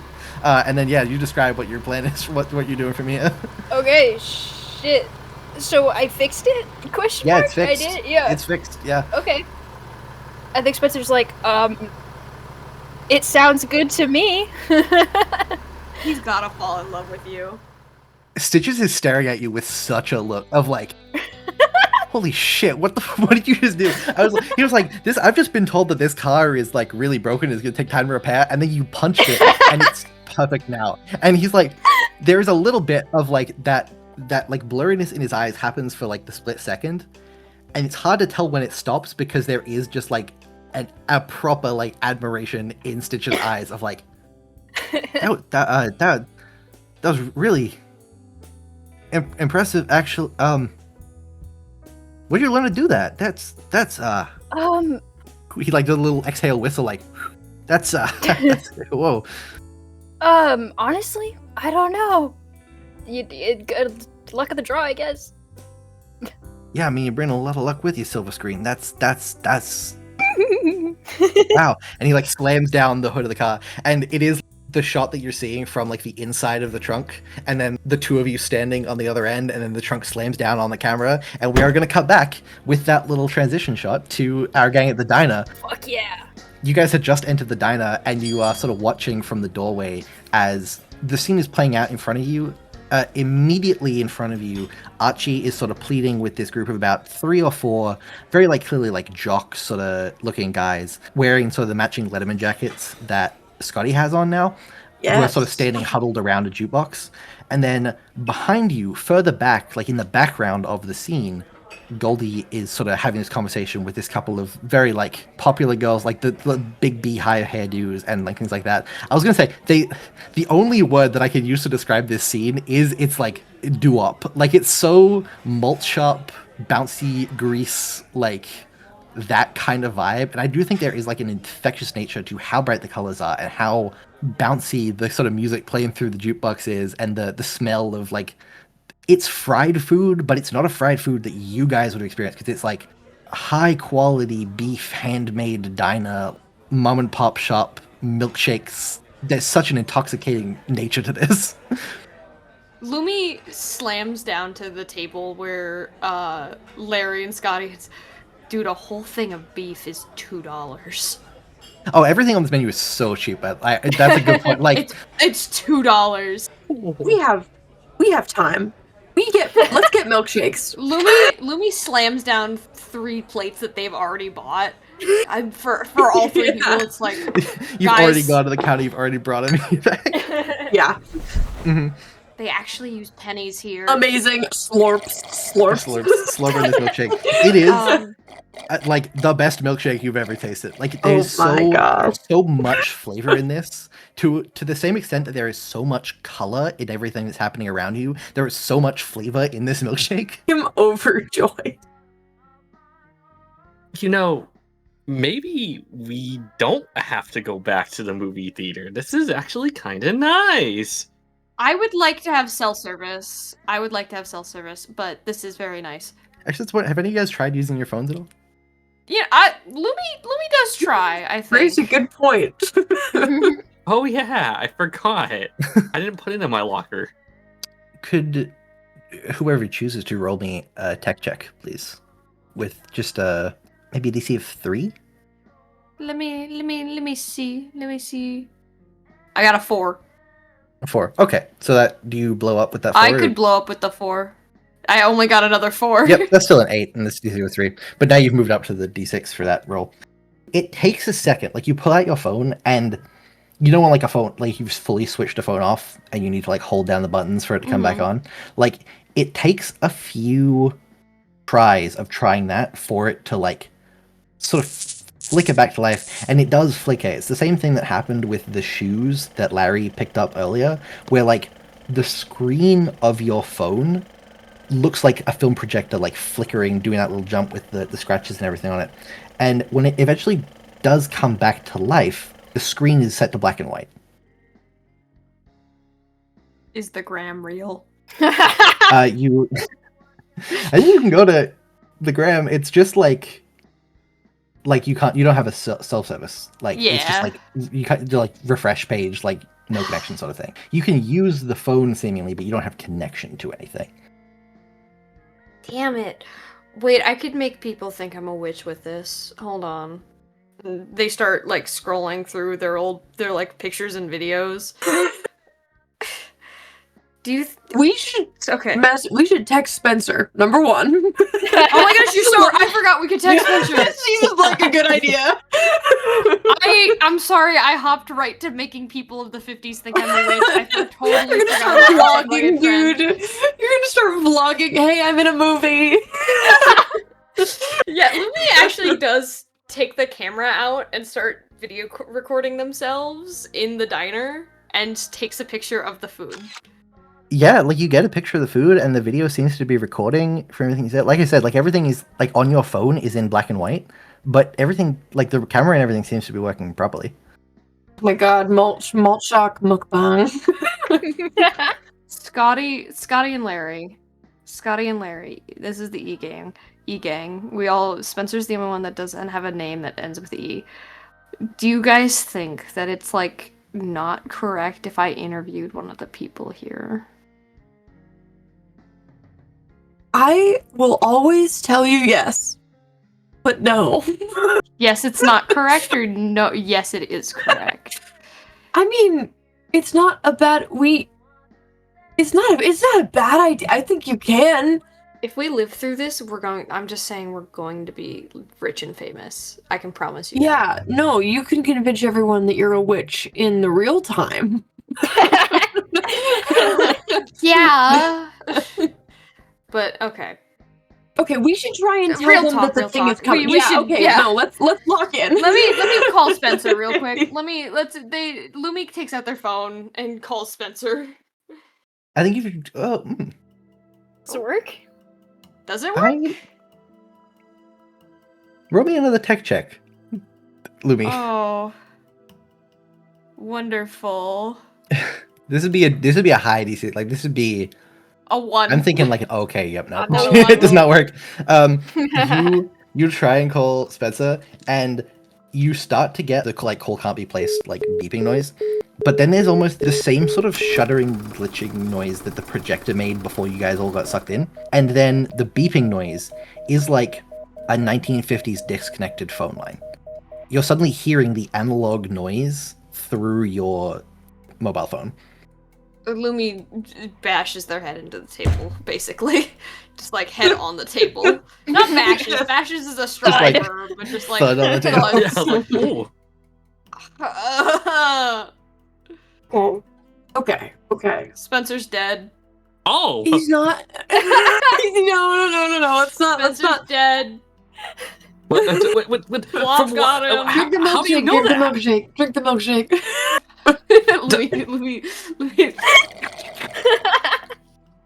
Okay, we need to try and convince them. The blob's gonna be big, and we need a lot of water. There's a water tower, right? That was what Goldie said, and that's how they do it in the movie.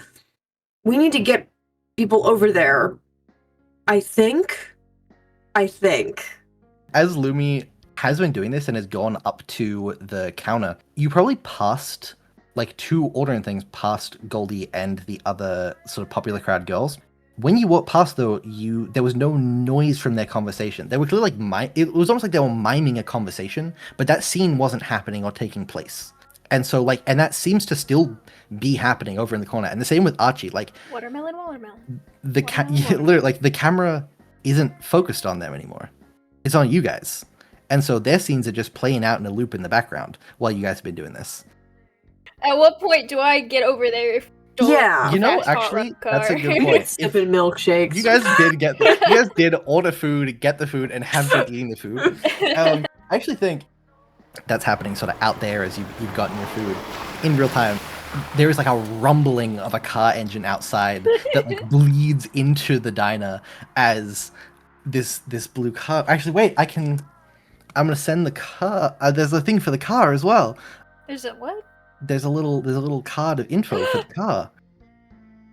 You love giving us cool cars in one shots, and I appreciate it. I love giving you little cool cars. I'm not even a car guy. Sometimes I'm just like, wouldn't it be nice to have a fun car? It'd be nice if the car color matched the theme of the theme, one-shot. exactly. I'm like, that's kind of neat. Is Spencer driving this car, or is Stitches driving? I think I want to drive. If Yeah, I, you can I drive. feel like Can you make me? would Stitches argue with me? I don't think Stitches is arguing with you at all. I think Stitches Stitches is. saw you fix the car like you're Jesus. I mean, if you want, you can roll a hot check to know what Stitches is feeling, or you can, Hmm. or you can roll me a drive check, please, but with the stats for the Blue Devil, the car that you're driving. Oh If my you would like to read God. out this little card for the car. I hate you. Oh, the Blue Devil. This car, why, it's automatic, +1 to drive checks. Systematic, +1 to drive checks. Hydromatic, +1 to drive checks. There's a total +3 to your drive check for driving. Great, thank you. Ooh. I'm pretty sure that bit was before I decided anything else about the car. I was like, I want to give him a car and give them that. as a stat sheet. I want fan fiction that is humanized Blue Devil with the, I don't remember the name of the pink car from Cupid's, From but I want. Cupid. I would like The to see Aston them Martin as a and the Blue duo, Devil. please. Please. Yes. Yes, Mhm. please. On my Yep. desk by Monday. Anyway, I got a 4 with the modifiers, so I don't know if I'm I was just Continuing asking to you to impress drive. You Stitches. just Okay, sick. like you had to drive from one side of town to the other side of town. It's not like a big check. I just wanted to give you the car. um, Thank you. yeah, so you guys pull up and you guys outside see as this like bright blue convertible old style 50s car pulls into the driveway and Spencer is sitting in the driver's seat. Huh. How? We. How'd your date go? Yeah. Shh. I think Stitches is like, oh, it wasn't like you don't like we Ignore them. It's fine. Okay. I fixed this car. Do you believe it? 'Cause I don't. Wait, what do you mean? Like did you like jump it or did you? What was wrong with it? I hit it real good and correctly. Yeah, hell yeah, man! High five, Okay. Scotty. Take a milkshake. Yes. So, I think we need to lock in. Can we have a group huddle? Yeah. Everybody sit down real quick. Screw puddle and Stitches. Yeah. Yeah, group huddle and Stitches Stitches. is invited to the huddle, Yeah. right? all right. Stitches is in I your puddle. think that lying to the townsfolk is not a good idea. I think. I already lied to We all of the need to- greasers. Oh so- my god! Okay. Spencer! It's okay. I told them Um, that water was good. They're going to get the firefighters. That's good, Firefighters. right? I mean, yeah, but That's if you good. don't- That's smart. That Thank is That you. is good. But consider, did you tell them there was a fire? Yes. So if they go there looking for a fire, the fire station will leave once there's not a fire. But Or alternatively, if there is anything there, they will investigate for a fire and discover the blob and be prepared going for to a die. fire and have Spencer. water. Spencer, why would they blast an unknown object with water without knowing that they need to do that? Listen, man. Listen, I told Dude, them those that water would firefighters help. are. The firefighters are going to die. The thing No, touches in people. the and original kills movie, them. that happened off screen. I don't know. The What do you mean the happened off police officer screen? handled Why it. do you guys know so much for people who are making a movie? Oh, I'm a reporter. yeah. Mister said you were making a We're- movie. What do you- remember the movie we're working on? You're Yes. a reporter helping with the movie that we're working the research on the That's why movie, we're the here. movie that we're Yes. moving. Yep. Yes. We're reporting on the movie as I well. need one of Yes, you to roll yes. me a hot check real quick. Everybody? You can elect if you guys want to elect someone to do it, but it will be a high roll. I feel like it's a 5. I got a 4. I have a D6. Okay, nope. This is not buying it. If you would like to take a turbo token there for the fail roll, Lumi, I think like you're all in a huddle at the diner and you have your milkshakes, and I think Stitches is like you're all taking this way too calmly. I think he reaches out and he like grabs like the milkshakes from you guys and like pulls them away to the other end of the table. It's like, all right, hey, what was the phrase you used? You gotta lock down on this, okay? What is happening? Bitches. Do we tell? I whisper. Do we tell him the truth? Yeah, what else the worst that It can might. happen? It might break him. That's the worst that can happen. We're from I the have more future. faith in him than that. What do Okay. you mean they're from the future? Whoa, hold on, wait. Okay. Whoa. No, we. No, wait, hold on. Everybody Please look. don't break him. I like him. Please. Stitches blushes a little bit. No. Stitches, what did I just say to you? You just said that you're from the future. So he acknowledged that. It's not like the weird thing that happened earlier where they like Why would just I not random- acknowledge that? Do you have any idea how insane it sounds to hear you Because say that you're from the future? Lumi It's a little bit more Lumi shows him a complicated cat than that. video No. that no. they have saved on their phone. Ooh. Don't break him, please. No, hold on. I think could you roll me a tech Oh my check God. Oh, with yeah, sure. a 7 DC? A Oh my 7 God. DC? I'm gonna ask because I want to make sure I'm doing the system right. It's a D4, correct? Did you succeed on a tech check before? Yes. So you've moved up to the 6. So now you roll Oh! the D6. Oh my god, that's how that. I thought you just. Oh no, okay. every time Whenever you roll the max, when you blow up. yeah, when you blow up, you just get to use I've that been next nerfing biggest dice myself going this forwards. whole time. Oh no! I'm sorry, I didn't realize before. It's okay. So that is a 2. A 2. I don't think you have enough turbo tokens to No, I do. I have 4. Oh, you have 4? I can cut. Let's take that from the top. Okay. Oh. Which is my action that I can do, which is once during the film, upon failing the roll, you may re-roll and change what potential out. Should I do that now, or should I change that for in case I might die? It's up to you. We still have all of everybody else's special moves too to help. That's okay. I'll do take 2. All right. Let's take that from the top. Take that from the top. Yeah, so you can now re-roll and choose whichever rolls the higher one. So it's still a DC 7. Okay. Papa rolled another 1. No. Oh no. That's ooh. In that case, you get to choose whichever one's better. So you can still do the 2 and spend your 4 turbo tokens, or you can just accept the fail for this roll and get another turbo token. I would get 2 turbo tokens if I accepted the fail. I'm gonna accept the fail. You accept the fail? Okay. Oh, Your thank phone, God. I died. it's not stitches that breaks, it's the phone Oh, that breaks. thank God. Your phone, like, sparks and crackles, and the screen of your phone, like, overheats and, like, starts to melt, and it burns your hand, and I would like you to roll me a tough check, please, with a DC of 3, because you're just holding this phone. Oh no. You'll never guess. Another Another 1. A 1. Do you want to use your turbo tokens, or do you want to... Yeah, I have 6 turbo tokens. Okay. So I'm gonna use 2. I'm gonna use 2 of those. You'll use 2, come up to a 3, so you don't take any damage, but like you like drop your phone, it clatters to the table as it's overheated. No, my baby, no. Lumi like Okay. goes to try to cradle it and it burns them again. I think it'll cool down. I realized the way I described it, it's not that like your screen has melted, but like the video that was playing, that's sort of what happened on the video, and then the phone like shut down. I hate it here. I hate it here. It's okay. I hate It's movie okay. town. I hate movie town. I hate movie town. Scotty. So, what happens if we tell him things? I don't want to find out. I don't think we should. Yeah. I just told him something.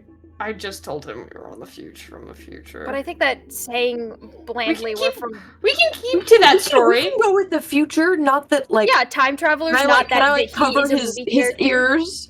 Can I cover his ears and be like, You know that I'm sitting right here, and by saying that you're not from the future, it's making me more suspicious that there is something else going on. No, we are time travelers. We are. We are technically. Look at how we're dressed. That's a good point. He's gonna grab Spencer by the shoulders, and he pulls you in real close, Spencer, and like goes near Can you be real honest with me? Yes. Are you a communist? Oh my God. No. oh my god, that's great. Okay. It's okay if you are. I just like you're being real weird, and I would kind of like to know if I'm getting pulled into something. No, but I am a time traveler, and that is not as bad of a thing as you think it is. But it's a whole thing. I am a time traveler. Okay. though. Cool. Lumi like whispers over to Scotty and Larry. It's like, I can't let these people know I'm socialist. That is a more complicated question for me than it is for you. But I am not. I am, in fact, a time traveler, though. I should clarify. I'm not like. I shouldn't say what I'm about to say. I don't necessarily It's okay. like the whole communist thing. I just know that there's a lot of like political stuff happening, and This is I'm a safe trying my best to get. He's like, it's like I don't want to get pulled up into an international affair right now. I really just kind of want to get into No, this it's town. okay. It's so I would it's a prefer- little bigger okay, than that. You're not spies. is No, the we are important not thing. spies. Cool. What spies have dyed hairs and I pronouns? love that I told you I'm a time traveler, and that's what you're worried about. It's no, a little easy to wrap my head around, to be honest. I suppose So you're. we. Do you mean that you? Yes. Is that why you knew to throw water on it because the? Because Yes. we've heard about this Yes, happening you've in the heard about past, and we this. remembered. Yes, we're from the year 2026. Okay, it's they've made movies about this event in history. It's Documentary. documentary. I love this approach. Can I get you to roll me a hot check, please, to like Yes. explain this? This is probably like a DC of a 5. Okay, and I have my bonus. Right. Yeah. Okay, that is exactly a 5. So he believes you. He believes that he now does believe that you guys are time travelers, and he's wrestling with that. But it is like We're not off table. We're not telling them that they're fictional because I don't want. No, Yeah. that's like some no, we don't need to give them a crisis. Well, see, you said that you're not telling him, but as he's like wrestling with this, he kind of like sits and like slumps back against the diner chair, and he looks up at Archie and Goldie, who are again like sort of in the background, just like going through this same conversation and these same movements like over and over again. And you do see him for a second like watching as these scenes are happening and not progressing. And he doesn't say anything, but there is definitely like a second where he's recognizing that something weird is happening. He just doesn't know what that is or what that means necessarily. We can take him home. No. That is not Louis a good idea. Louis says this out loud, just blunt face. That would Just be looking great. at Stitches. Just we can take him home. No, this is not like any other. We can't just grab people and take them back to our time. You know that makes more of a butterfly effect than what we already have already caused. It's like a gerbil. I'm scared for him. Yeah. While he's distracted, can I look over at Scotty and go and mouth, "This cannot end the way it does." Just like slow nod. We are changing the ending. Oh, yeah, you haven't addressed that. We have not addressed that Stitches is I've supposed to been die. ignoring it. Yeah. Okay, so plan. Plan is important. There's a blob. It's not here, by the way, already. So like looks at Spencer aggressively. It didn't get here super fast. great. So we have no idea when it's arriving. Yup, we have no idea. Cool. Should Okay, we? so That's probably on. worse. So what is supposed to happen in the movie? It gets here and kills a lot of people. But And then- how? The water fire hydrant is what tips them off that the water. But they already is know what about the hurts it. water. But they already know about the water, and then they tip the water tower over onto the blob. So, like, okay, but since we're going very off script of what was supposed to happen, what is supposed to happen if we did stay on script, and what Larry, is different? Stitches is right there. Okay. In the timeline. In the timeline. Sorry, we're talking about the documentary. So, okay. Whatever. Stitches, can I explain some things to you?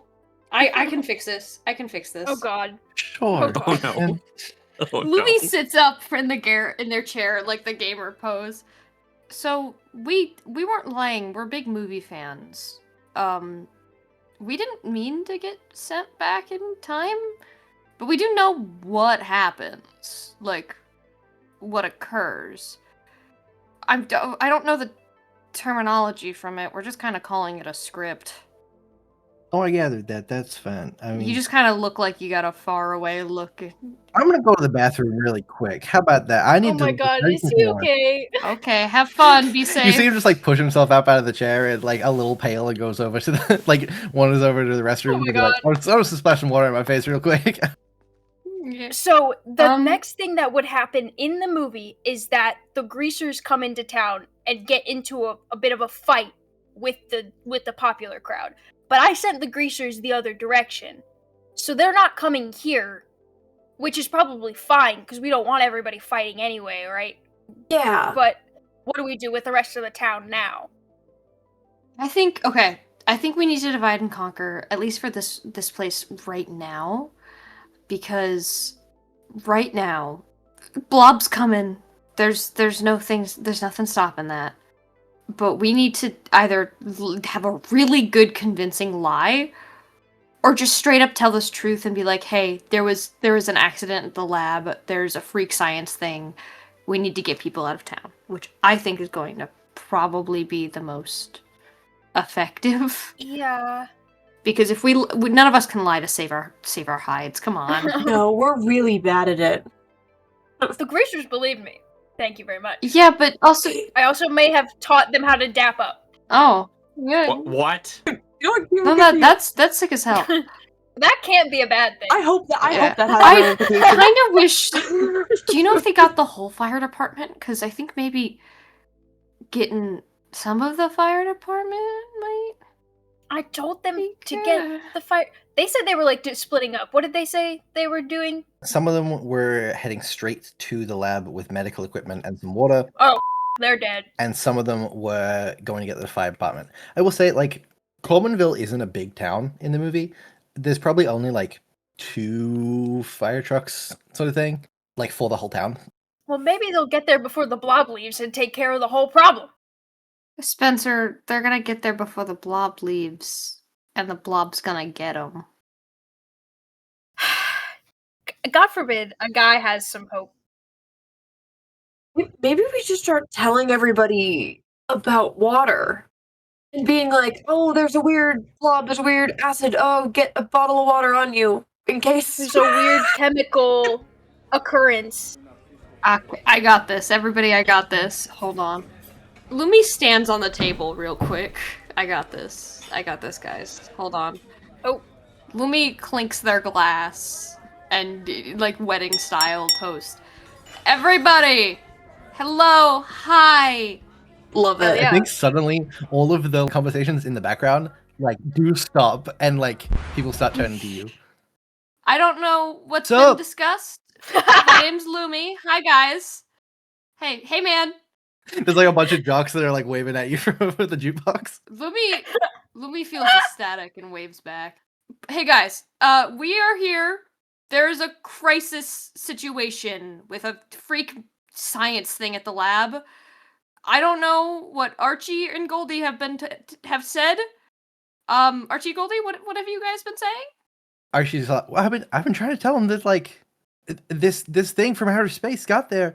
And one of the jocks, Mikey, who is the only like named jock in the movie other than Archie, so like tussles Archie's hair a bit and it's like, yeah, we were just telling, that's the same voice as the greaser, but it's fine.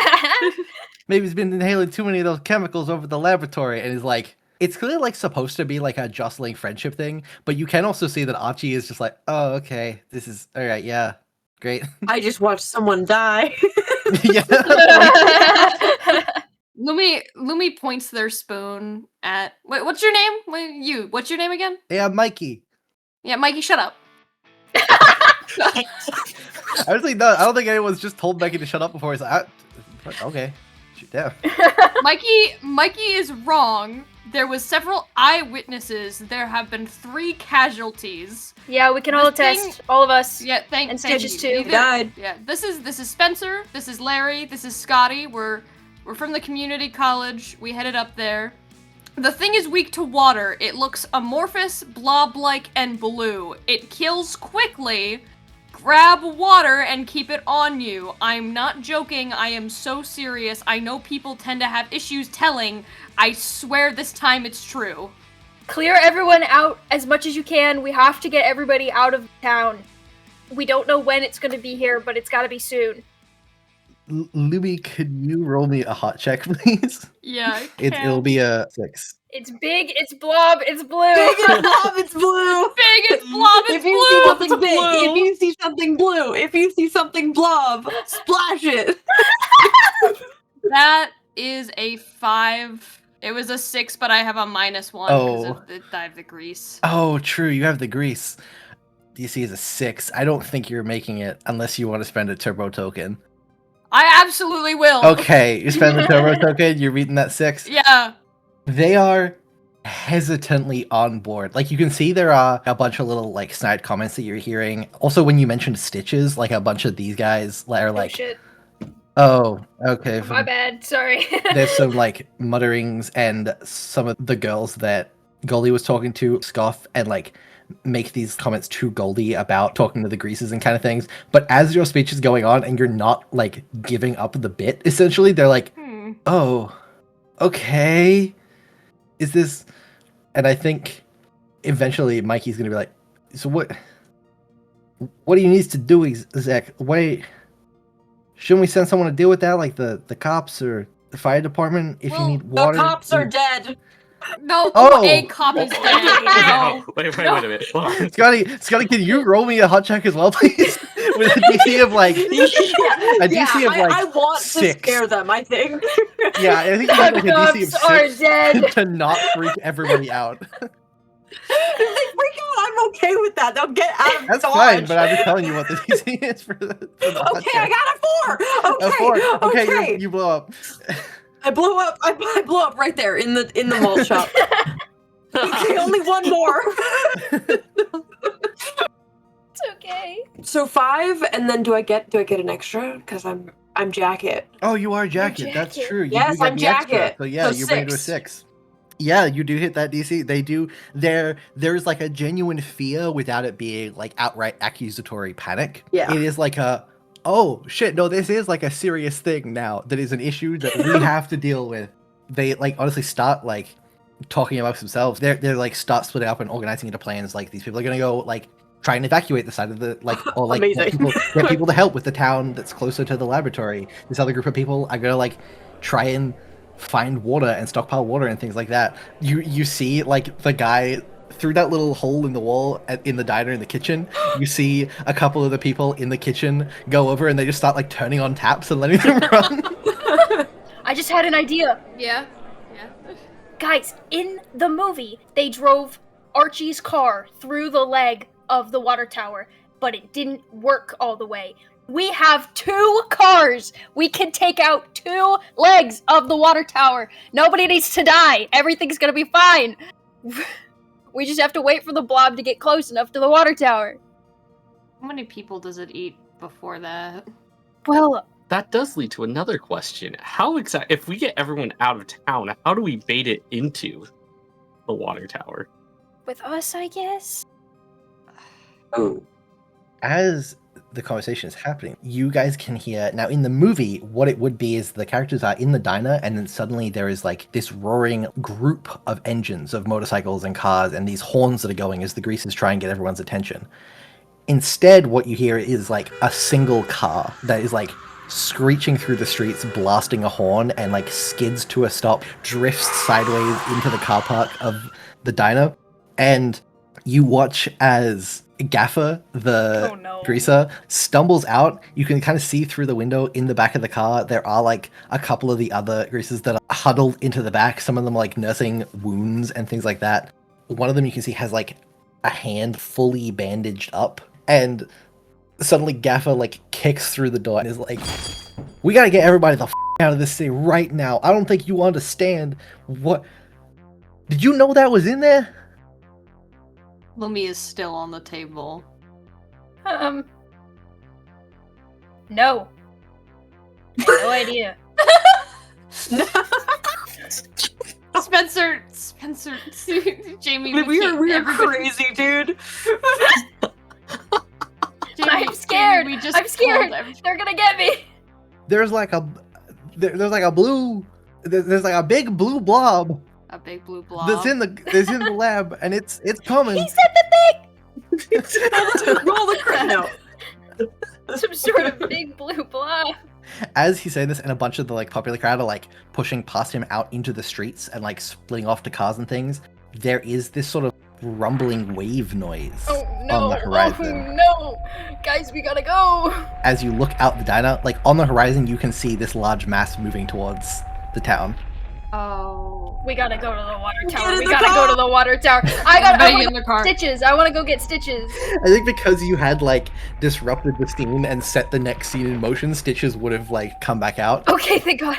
And I think Okay. I also think Stitches, Goldie, and Archie all immediately beeline for you guys. Yeah. Hey guys.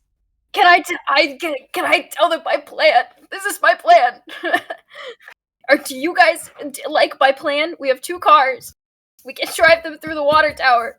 Goldie like has this moment and this visible, when it is actually in the movie, it's maybe less than great acting. This like very clear like surprise that Goldie displays. It's like the water hurts it. We can use the water tower. You're right, of course. Yes. And like has this like big moment of that as you're giving them this plan and their brains are almost like flicking back into gear of what should be happening, pulled back onto the track that has been derailed. So we are heading to the cars, is what's happening Yes. now. Cool. Yes. Both cars, Who's yeah. going where? Who's driving what? Dramatically hopping into the driver's seat of the convertible. Are the rest of you going back with Archie and Goldie again? I'll hop in that car for sure. It's up to you guys either way. If we want to split up evenly, You know, I think I'm gonna go with Spencer this time. Yay! 'Cause I am the Abby, greaser. Please. Spencer got a lot of greasers killed last time when we went off alone. Hey, to be They fair, were probably gonna die there was anyway. there was like 5 people that Spencer saw, and at least 4 of them came back. So Hey, guys! that's not the worst. I only got max 1 person killed. Okay, I'm piling into the blue car. me and Larry. Let's do this. You're Neptune.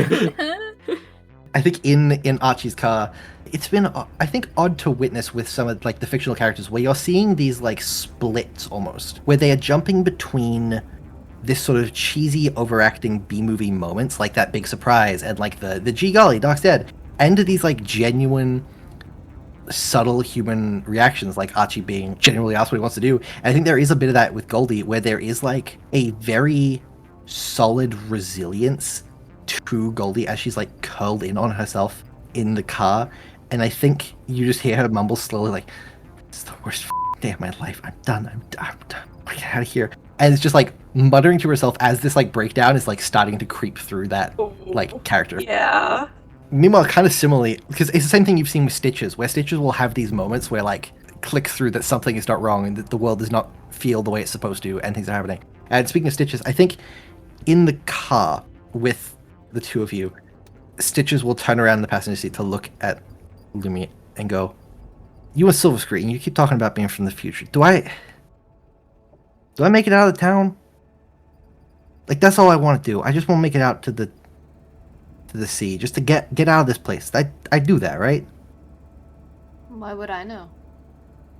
Because you said you're from the future and you know about this event, and I seem to be caught up in this event. So what's happening?" You will if I have anything to say about it. Okay. The best I can tell you, you know about the Titanic, right? Yeah. Let me see. Let me cook.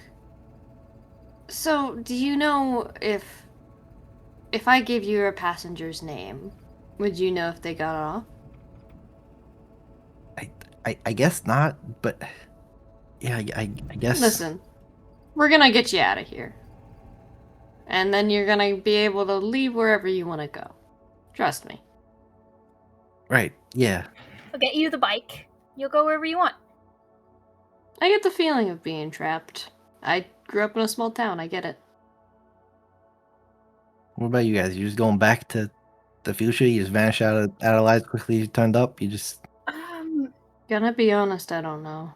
Yeah, we don't really know. We didn't mean to come here. Is that the worst thing to be here? Is that much better there, or? Well, so in the future, milkshakes are like $7. At best. For just the milkshake? That's. Yeah, for just the milkshake. Yeah. Then maybe it's pretty good here, I guess. I hadn't really thought Here, of it like that. I wonder how much money would the bike cost, do you think? Yeah. For him in his time. Ooh, let me look that up.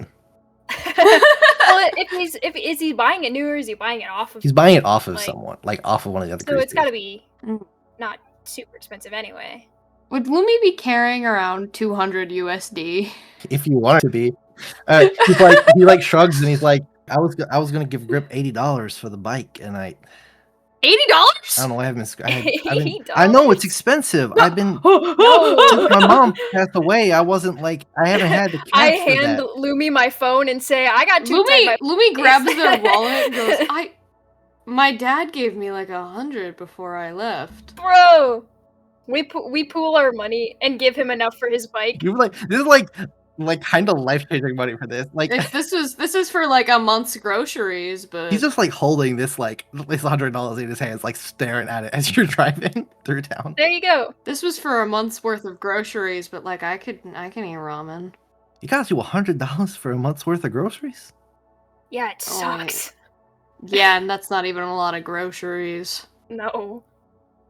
He's just so. We're gonna jump back over to the other car because I feel like I don't know how to keep going with this scene. No, you guys are getting deep over there. It's good. We're talking about inflation. Explaining the concept of inflation to a greaser. Back in the other car, I think there is a similar moment where I actually think as he's driving, Archie keeps like glancing back at you guys in the mirror. It's like, so do you guys like? Are you like? Should you be driving? Should you be like doing the plan, or am I supposed to? Do you want me to do?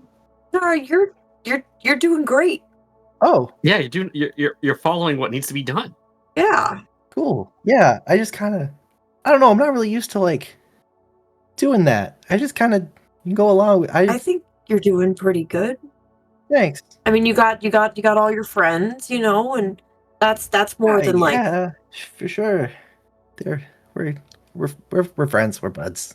You know, I mean, we're on the baseball team together, so it's like, you know. Baseball, yeah. Meanwhile, Goldie is just sitting like hunched over in the seat, like massaging her temples, like, oh, my life is going to ruin.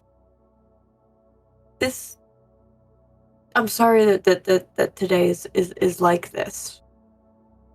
But, you know, sometimes you have to have bad days to appreciate the good ones. So let's get through this and get out of this, and maybe the next day might be better, and we don't have to deal with something like that. Right, Scotty? I mean, yeah, if we, you know, when we can, we got this good plan, knocking down the water tower. You guys will be heroes. I think Goldie like throws her head back against the seat and is like, no, there's not a tomorrow, a next day, okay? The observatory's gone. So I don't really get to have like the better day tomorrow because today's shitty, because tomorrow is just dealing with the impacts of today's shitty day. And it feels like I just keep living the same shitty day of my life over and over again. I know that feeling. And then she like deflates a little bit and is like, sorry, that's not. No. Why are you so calm about this turning out? Well, in moments like these, the only thing that can really get through a lot of people and push people forward is hope. If you feel like you're just going to crash down and, you know, not get back up, then yeah, things are going to end up like that. But at least there's something to be done. So if we, you know, get this taken care of, sure, tomorrow is going to suck, but at least it can't be any worse if we don't do what needs to be done. I mean, you gotta think about if this is rock bottom, then you can only go up, right? Yeah. She doesn't like turn to look at you around the headrest. She's almost like peering through the little gap under the headrest, like through those little bars that hold it up to look at you guys. And it's like, I don't know where you guys are from exactly, but thanks for helping us through this, I guess. You really didn't have to if it's you're not from here. No, we're not. But we want to help. And it's hard to explain and all that type of thing. And there's just you're gonna get through this. That's what matters. And then you can figure it out. As Scotty like comes to the end of this speech, in very convenient cinematic timing, like you say these last few words and there's a beat, and then in the rearview mirror of the car, you watch as a huge wave of that slightly glowing translucent blue blob starts like pushing its way through the city, and it's gotten so big that it covers most of the street, and it's almost squishing its way between the buildings on either side of the street as it's flowing through the roads and chasing after you in so much as something that is just sort of flowing can chase. Spencer, I would like you to roll a drive check, please. Okay. And Okay. Archie is also going to roll a drive check. I have to get my dice back out. Sorry. Archie's also going to roll a drive check with it'll be a DC of 4. I rolled a 2. But you get the +3 from Your car. The car. car. From The the car. blue devil, Thank baby. God, I got a 5. Automatic. Systematic. Archie got a 1. Oh no. Oh, And no. Archie is so busy like staring up like in the rearview mirror at this blob flooding through the streets that I think the car like clips the side of a fire hydrant on the side of the road and like spins off, and Archie is like thrown forward and smacks his head against the steering wheel Fire and hydrant. goes Does limp. the fire hydrant at least help? The fire help hydrant if there's does water spread going everywhere? into the city, and so water sprays out, and it almost like isolates your car very quickly from the blob, but the blob is still spreading through other streets around you. And you look over, and Goldie is like shouting and like shaking Archie, who's like smacked his head and seems to be unconscious in the front seat. Oh no. This is the time. I'm gonna reframe this. Can I move to being like a POV of like the back of the other car, and Ooh. like either that we're now in the back seat of there, or like sitting on the trunk, maybe if we have to be like size wise, like that's driving away, watching that car get wrecked, but then we're there. Yeah, absolutely. Are you like grabbing everyone else and bringing them with you as well? Yeah, if I can. Okay, suddenly, Jamie, Spencer is driving, and then you glance up in the rearview mirror, and you glance back at the road, and then when you glance back up in the rearview mirror, suddenly Scotty, Larry, and Goldie are like clinging to the like Oh my back God. of the convertible, with Oh. Goldie like has one arm like wrapped up underneath an unconscious Archie's chest as you're like pulling through the road, and the blob is like behind you. Second car's gone. Oh no. Great, amazing. I could keep driving? I could still get us? Oh, I feel like I might need you to make a drive check again, just because suddenly there's like. Okay. Could I get you to make a drive check with a DC of 6? And could I maybe God. get Scotty and Larry to each give me a stunts check to pull yourselves into the car with a DC of 3? Yeah. Mhm. Oh my god, I got a 4, thank god! Holy shit. Okay. I have a 2. Oh No! no! I have a 2. I got an 11 total. I got a 3. So Larry manages to like pull himself into the back seat, sort of like falling into the seat beside Lumi, and I think Goldie manages to sort of almost pull and like push the unconscious body of Archie into the back seat as well beside you, still clinging on. Scotty, I think you fall off the car. I think Yeah, you like dude. I think I got a. knocked off, like you slip off. Can I get you to Stop me. roll a tough check, please? Yes, that's the one I have a bonus to. This will be a DC of maybe 4, because you are like falling out of a moving car. Yeah. Yes. Okay, good. 4, and I have a +1, and I also blow 4? up. 4. It's a 5, and you blow up. Okay, perfect. Great. Okay, that's only a 1 for the second one, so that's a 6. 6. Okay, that's good enough for the 4. I do like a sick parkour roll that I've never done in my life, but like movie magic lets it happen. That's the thing. It's movie magic. Like, you do get this like very much sense when you do that it's like that's not something I can do. But there's almost this click of like, oh, I exist in the reality that this movie exists in right now. And so the world around me is like movie Yeah. reality. I can kind of do whatever. And so, yeah, you hit the ground, brace yourself, parkour roll. Jimmy said Spencer is like pulling over. Yeah, can I like drift a little to pull the car to stop and go, that was sick, dude! I wish I got that on video. Oh my god. It doesn't feel sick, and then I like jump into the car. In my brain, the way this has happened is Scotty's tumbled out, is like parkour stumbled, like stunt action, then rolled across the ground, popped back up. Spencer, in pulling the car to a stop, has done like a 180 drift and is looking at Scotty through the windshield of the car. And behind Scotty, the blob is like still coming towards you guys. Oh my god. Great shot, one might say. That's the thing. It's a very great shot where like you're seeing like from the back of the car through the windshield of the car, and there's Scotty like framed by the Yes. blob. It's a very Oh like my god. cinematic looking shot. Yeah. I'm gonna make this movie. One day. Yeah, you just run and get in the car, and then Yeah, I'm gonna run and get in the car. You're kind of squished in there. Goldie Yeah. is still sort of like, Lumi is trying to like grab people into the car. yeah, Goldie sort of lets you grab her and pull her in, and you're sort of squished in the back there. Sorry. You'd actually see, as you're pulling in Goldie's hair is very blonde, but actually at the top at the roots is like red hair. Like Goldie's, like the roots are showing I was through. gonna comment on that Um, earlier. Yeah, which is not necessarily a thing in the movie at all. Like that's not addressed. Like Goldie's sort of supposed to be and implied to be like a natural blonde, but it's very clear that that's not the case. So, was it like that earlier?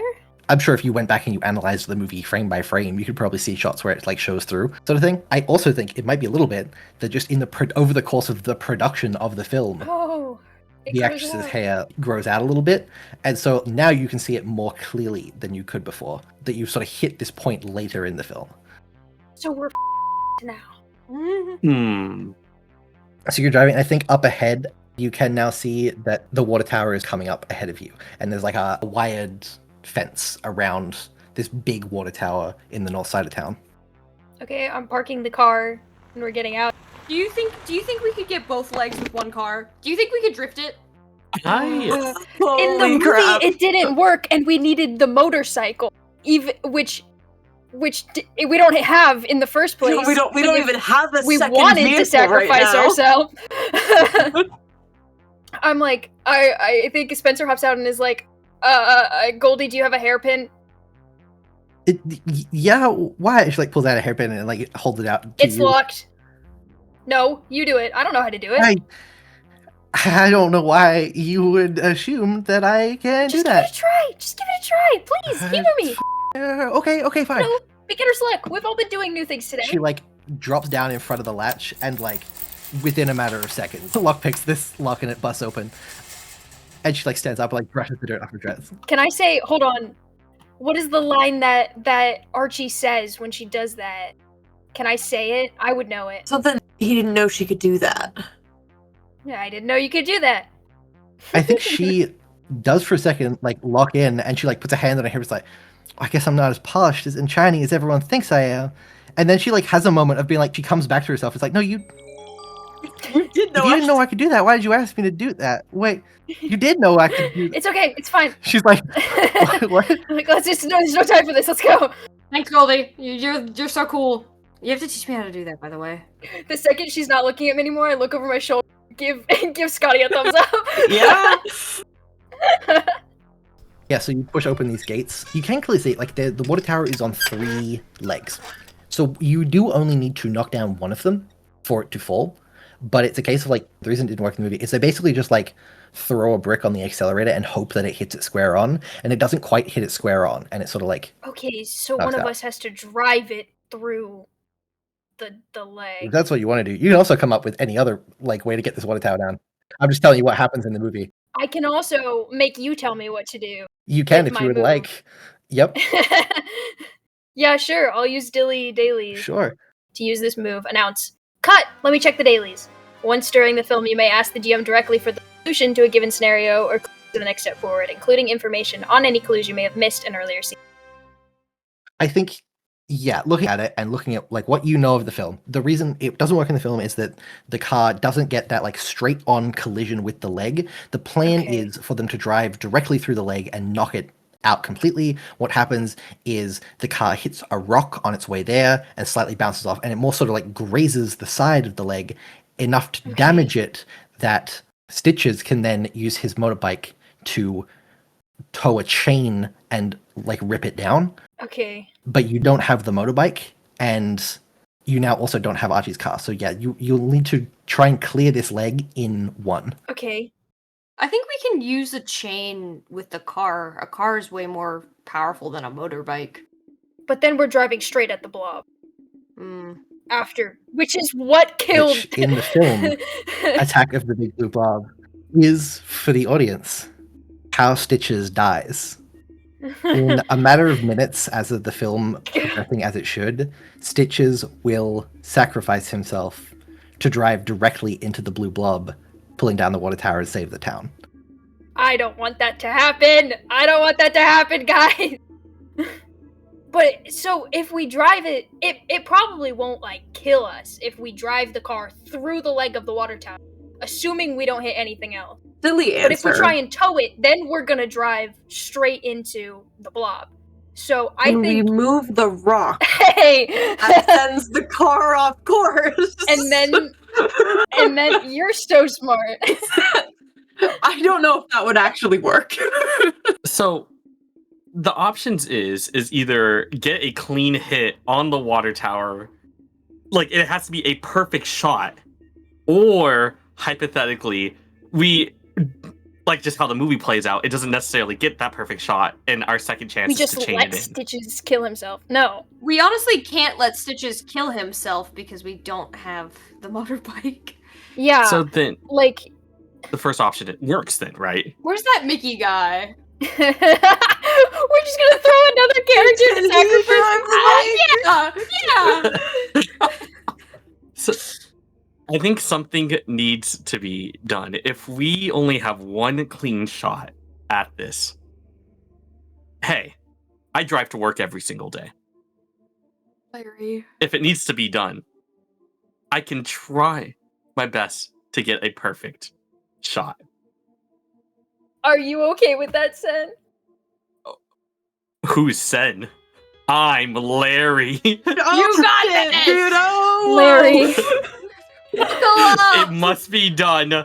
Larry, you're the only one of us who owns a car. Hand me the keys. Here, I hand you the keys. Would you like to describe and use your move, Sen, as you're getting into the car? Ah, yes, practical effects. Once during the film, you may exaggerate the effects by causing your actions to create a bigger effect, which more heavily impacts the scene as it plays out. To use this move, announce, cut, let's get that effect on camera. I think as Larry sits down in the car, you like look down in the little like center console bit, and under the radio, there's like a pair of sunglasses just like sitting in there. Just Our favorite stuntman. Lumi like nudges somebody. Guys, I think this might have been in the cut version. I think this is when an extra died. Oh my god. It's coming full circle. Holy crap. Oh my god. I was gonna say, are you guys like pulling and clearing the others out away from the? Yeah. I think in the movie they go up a fire escape nearby. Are you guys pulling them towards that, or just away from the? Let's go up the fire escape for dramatic continuity's sake. Yeah. There is a moment for everyone else as you're going up the fire escape, and Stitches gets like 3 rungs up, and then like pauses for a second, and there's this recognition of like the world of the movie has to like readjust itself for a moment before Stitches then keeps following you up. Oh my god. I have spent my entire life watching movies, but it's time to act like one. As you're doing this, I think that the radio like switches on automatically for you as well. Yes! Den, could I ask you to roll me a drive check, please? Wonderful. Question, actually, while I'm rolling for this. Yes. Do I get the bonuses for the car as well? Or Yes, was that you just do. specifically... No, you get the bonus for the car because Wonderful. you're driving it. This, now, admittedly, is not that hard of a drive. You just have to drive in a straight line as fast as you can. But I think it's sitting at a 5. Wonderful. I haven't exploded yet, so here we go. Mhm. Oh! I rolled a 4! A 4, so that's, you get to blow up and You roll the blow d6 up. as well. And act like I know nobody. Okay, let's see. I am rolling the 6, and I got a 4 again! 4, so that comes to a total of 11 with your bonuses of the +3. Yeah, would you like to describe ramming the car into this water tower, Larry? Wonderful. It's a manual, right? This car's automatic. Wonderful. It's an automatic. Hold on, give me one moment really quickly. How fast did cars go? It's automatic, it's systematic, it's hydromatic. Shut up. Shut up. In the 1950s, average cars go between 65 and 100 miles per hour. Even better! So I'm gonna go ahead, slam the acceleration, go at a crispy 73 miles per hour, and slam. Oh, wonderful.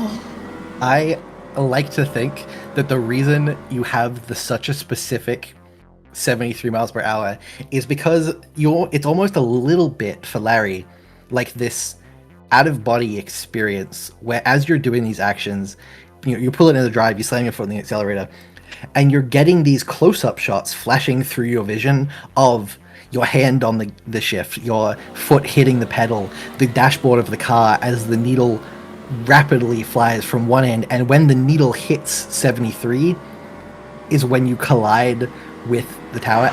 The car basically flies right through this steel support. And can I get you to make a stunts check to jump out of the car?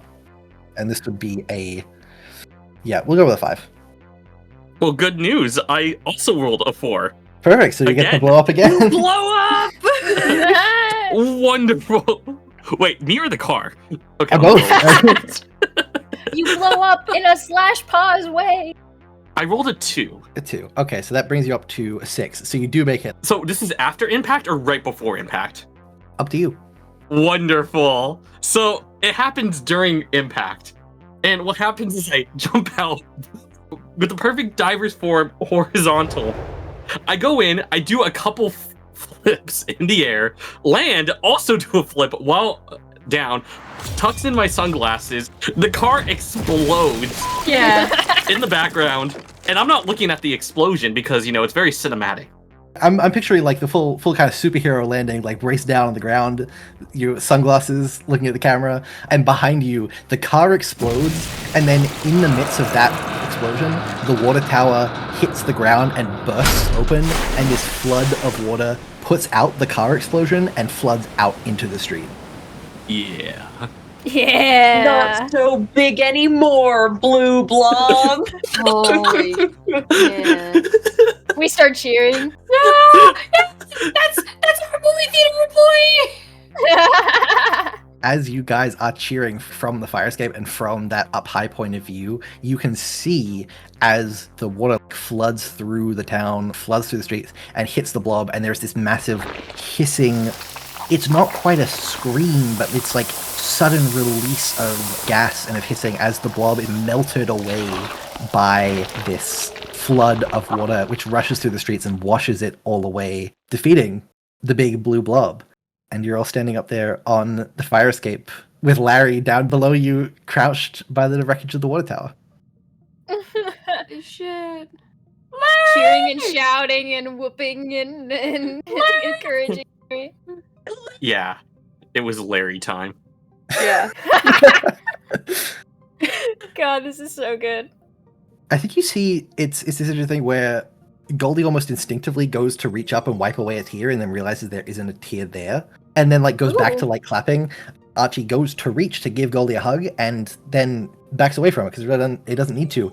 And if you look over at Stitches for just a second is just standing there still and doesn't know how to react. And Stitches almost doesn't process what's happening. There's just this sort of blank look. And then this wash of relief comes over Stitches and just so loudly hollering and clapping. And I think Stitches climbs up and balances on the rail of the fire escape and reaches up to grab the next little level and hang off and waves and cheers down at Larry. And yeah, you guys are sort of left there with the surviving cast of this movie. Shit, what do we do now? Is Stitches still hanging from the fire Yeah. escape? I want to grab his leather coat and pull him back down after a second. I think as you're grabbing and you pull him down and he sort of stumbles backwards into Spencer's arms a little bit. Not to Teen Beach Movie too much, but the falling for you style, back looking up at Spencer. Which also I think is a bit Perfect. disconcerting for Stitches because I think Stitches is taller than Spencer, and so Stitches had to fall a decent amount before Spencer could catch him. I got him. Don't worry. I think that Archie and Goldie are probably the first ones to start climbing down out of the fire escape, and they sort of do this looking around, walking through the water and the puddles. This is sort of, again, getting itself back on track. This is the ending of the film where the two of them are sort of looking around at the damage, and they're supposed to run into Officer Caddick, who isn't there, Oh. and they're supposed to be mourning Stitches, who is still alive. And so there's this sort of like brief respite, happy ending conclusion that is going to play out for like a minute or two while you guys are still there. We traded the cop for Stitches, and I feel like that was a win. Hey, Cab! Yay!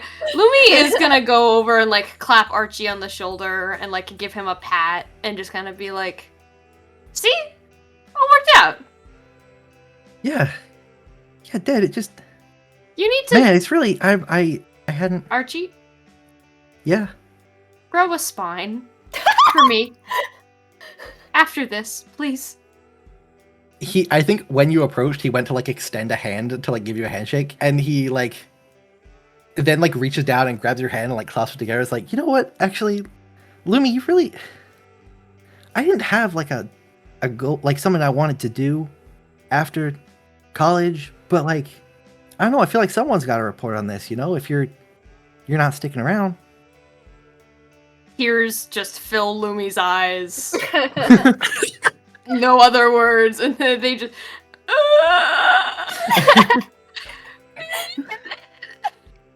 You've given this man, like, I fully think out of character. I think there wasn't. I mean, partially because he's not a real person and doesn't have a lot of character, but also like in the reality where Archie is. I think that Archie was fully just gonna go along with life of like, he finishes college, he gets a 9 to 5, he has a wife and 2.5 kids. That's just the archetype in the character that he is. And I think this is an experience where Archie has been like, oh, I don't have to just kind of do what I'm like the script has told me and what like I'm supposed to be doing here.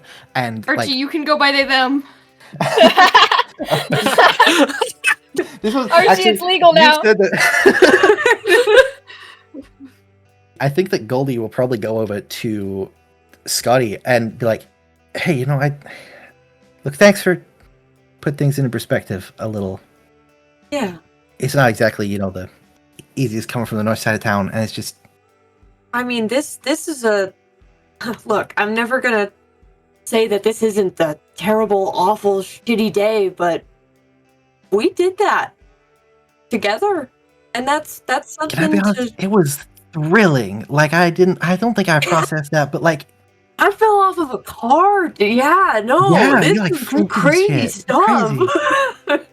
And I think she has this, and especially like since the jumping around between scenes with you and the pulling Archie's like out of the car and like having this sort of rescue moment, there is this like excitement in her eyes, and she's like, you know, if this is a day that I had to live out over and over again, there are probably worse days. And she also like jumps up and kind of gives you a little hug. Yeah. Meanwhile, I think that having helped Spencer down from the thing, Stitches will run over to Larry and like clap Larry on the back and be like, "Holy shit, dude, that was some crazy driving. Do you ever consider like drag racing or something?" Well, I've been thinking about getting into it. But you know what? If you really think about it, maybe life is more than just a bunch of 9 to 5s. Maybe we all have a lot more to ourselves than we thought. Please don't start drag racing in the room. Please don't. No, that was awesome. No, that was awesome. Please let me film it. Let me film it. Let me film it. You kind of catch a glimpse at the back of your eye. Like the day has been going on around you, like it has like sort of gotten into the evening, gone into the night. And as behind you, the sky has darkened into a sort of twilight, you look up and there aren't any stars in the sky. But what there is the credits that start to play. In the same way that when you first came in, those opening credits were sort of superimposed over the sky, almost like a little bit like the Star Wars opening credits text. Like you can just see above you in the sky, the credits of the movie Attack of the Big Blue Blob are like projected onto the starless sky, just slowly rolling past. So I guess This might be it. I think This might be it. we have till the end of the credits. Yeah, it's all the way through, right? And then Yeah. it's a longer credits. Yeah. Wait, I don't want to leave. Wait, hold on. Wait. Larry, Hold on, you were can the we- one. Larry, you didn't even want to come here in the first place. No. I think we can pause the movie, you know, somehow. There has to be like something to prevent no. those. Like, give me another car. I can prevent that eye from going any lower. There is a car on the street. You could go like if you know how to. No, hotwire that. no. Wonderful. Get the ramp Goldie, ready. Goldie, can you hotwire a car for us real quick? I mean, I can try. How quick is real Oh my quick? God. I haven't really thought about this before. I don't know. Goldie will help. I think Archie is also excited to be like, hey, I can like hold open the trunk or something if you need me to. Sure, yeah. Meanwhile, I think Stitches grabs Spencer's hand and like pulls you away from the group a little bit. Mm. And for a second, I think Goldie and Archie haven't looked up and noticed the credits. But I think you see Stitches glance Oh, up shit. for a second. And maybe not recognize the credits, but certainly like see something. And it's like, you guys aren't like... You said you're from the future, but Eh, that's kind of vague. 2020. It's a little more complicated than that. When you talk about movies and things, Yeah. the documentary, do you make that or... No, I Is- wish. No, but I have seen it. You're my favorite character. I think he goes so red. He like blushes, and he like runs a hand through hair, like pulling that kind of curl back into place, sticking down with the grease. I mean, how you seem like you're a real cool character yourself, Silver Screen.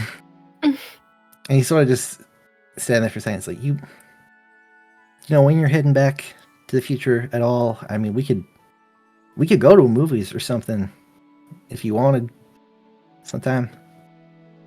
Yeah, that sounds nice. I'd love that. Cool.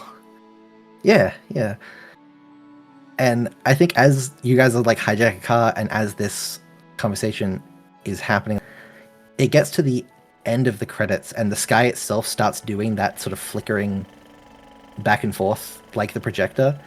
And you all this time sort of witness yourselves start to fade and flicker outside of the movie. And holding Spencer's hand as you're starting to like fade out of the way, Stitches just looks you in the eyes and goes, "Hey, keep on shining, Silver Screen." Oh, I'm gonna cry. And then everything goes black.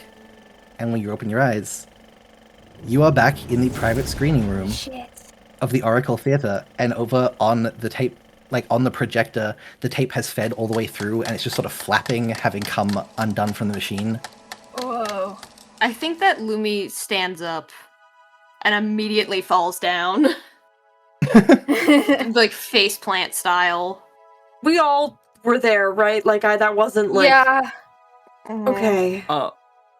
Okay, so that wasn't a dream. I didn't pass out from the watching Group- the. Okay. Group gas leak. Oh god. I was Speaking of you all being there, What? Scotty, you look down and you notice that you are still wearing that varsity jacket. Whoa. Spencer is still wearing Stitch's Shit! motorcycle jacket. Lumi Oh still my has God. that little tin in her pocket. Oh. Larry is still wearing both the shoes and the sunglasses, but you notice they're not in color anymore. Oh. They're robbed of color. They're black and white. I'm sorry. Everybody else gets cool accessories and I get grease. I'll be honest, I fully thought that Jamie was going to take the grease, and that's I got why the one of them gloves. you got the gloves because I thought someone else would take the gloves first. But like, I'm not actually mad, but Lumi Lumi no, looks it's at fine. the grease and at everybody else and it's just I have Stitch's jacket. Do you want the gloves? I take off the gloves and hand them. I'm satisfied. I'll take the convict gloves, yeah. Thank you. Do you want grease? Do you want do you want the Sure, grease? you know what? I'll take Yeah. the grease. We'll trade because like this was definitely his. That kind of smells like him actually. There you go. It does. Oh. and there is probably an extent to which, like, where you had been in the water, almost like, you know, when you bleach clothes, and so you have like the splatters Oh. where it's like a dark color and it's like bleached through. There's almost that where the clothes that you're wearing, where they got wet from that water at the end of the movie, have this sort of gray splatter pattern across them. There is this sort of remnant where whatever was left from the movie that you've brought back with you, even if it's just the water, has come back black and white because the movie in the real world is black and white. Shit. Question, do you have your $100? I don't think you do. I don't think you have the $100 anymore. I'm sorry about your $100, but also that is great to me. I feel better about that. Yeah, I'm not gonna. I'm not gonna eat this month. I'll help you with groceries if you need. That's fine. We can spot you $100. Thanks, Yeah. man. We can go buy really overpriced milkshake. Let's go for real milkshakes, dude. Wait, Lumi gets really panicked real quick and checks their phone. I think it turns on. Does it have the film that they took in the diner? Oh, You know what? I think yes, but you're watching through, and as you're watching through that film and checking that it is there, you can feel your phone starting to overheat a bit. And I will say the film, like watching the video on your phone, the video is in black and white, like if you had been filming like the screen of the black and white movie, and it is sort of blurry, and it's got that sort of judderiness that you would expect from like a digitized version of an analog film reel. And so like your phone is like struggling to keep this footage. Oh, this is so going in this week's episode. This is gonna be a crazy paranormal episode. Are you guys kidding? What do we do with this? you do whatever you want. Good luck. I don't. Lumi Yeah, happily takes I'm the not- film reel. That's more of your episode. I think we need to destroy the film reel. Can No. Yeah. I need this for clout. No, I we think there's can't a let really good anybody chance else. that if someone else goes in there, that they do die, Yeah. No. or just That there's the doesn't have possibility. I will say you are renting that film if you destroy it. How? They're creepy, you know. Whatever. okay. Maybe it's not the film. Someone did die here after all. So Yeah, it might have been the theater. So Oh, but we maybe need to we get should just another- burn the theater. Just need return to- it. Oh, we could test this out with another We movie. should go ask that guy that you got Yeah. it. Like this is just. He was a little weird. I'm- I'll be It honest. was very weird. I mean, it was really hard to find. That's true. Oh, like what kind of weird? Like typical collector weird, or like? Yeah. Probably a little weirder than your typical. I tried to buy one of the stop motion puppets from this movie off somebody's time, and they were more normal than this guy. Huh. Well, we could also just put it in a chest and just hide it. We could keep this. Think about it. You could go back in and see Stitches whenever you want. I don't want to die. I don't want to die. I think as you guys are sort of having this conversation and maybe taking the reel off and maybe moving out of this little boxed room, as you open the door and you push out into the theater and are talking and having this conversation as a group, our camera, as the audience for this episode, pans down to the ground for a low angle shot that just shows this sort of group of people's feet as they're walking back into the theater. And along with the usual slight stickiness of popcorn, Oh no. there is an ever so subtle No. squelch, squelch, squelch.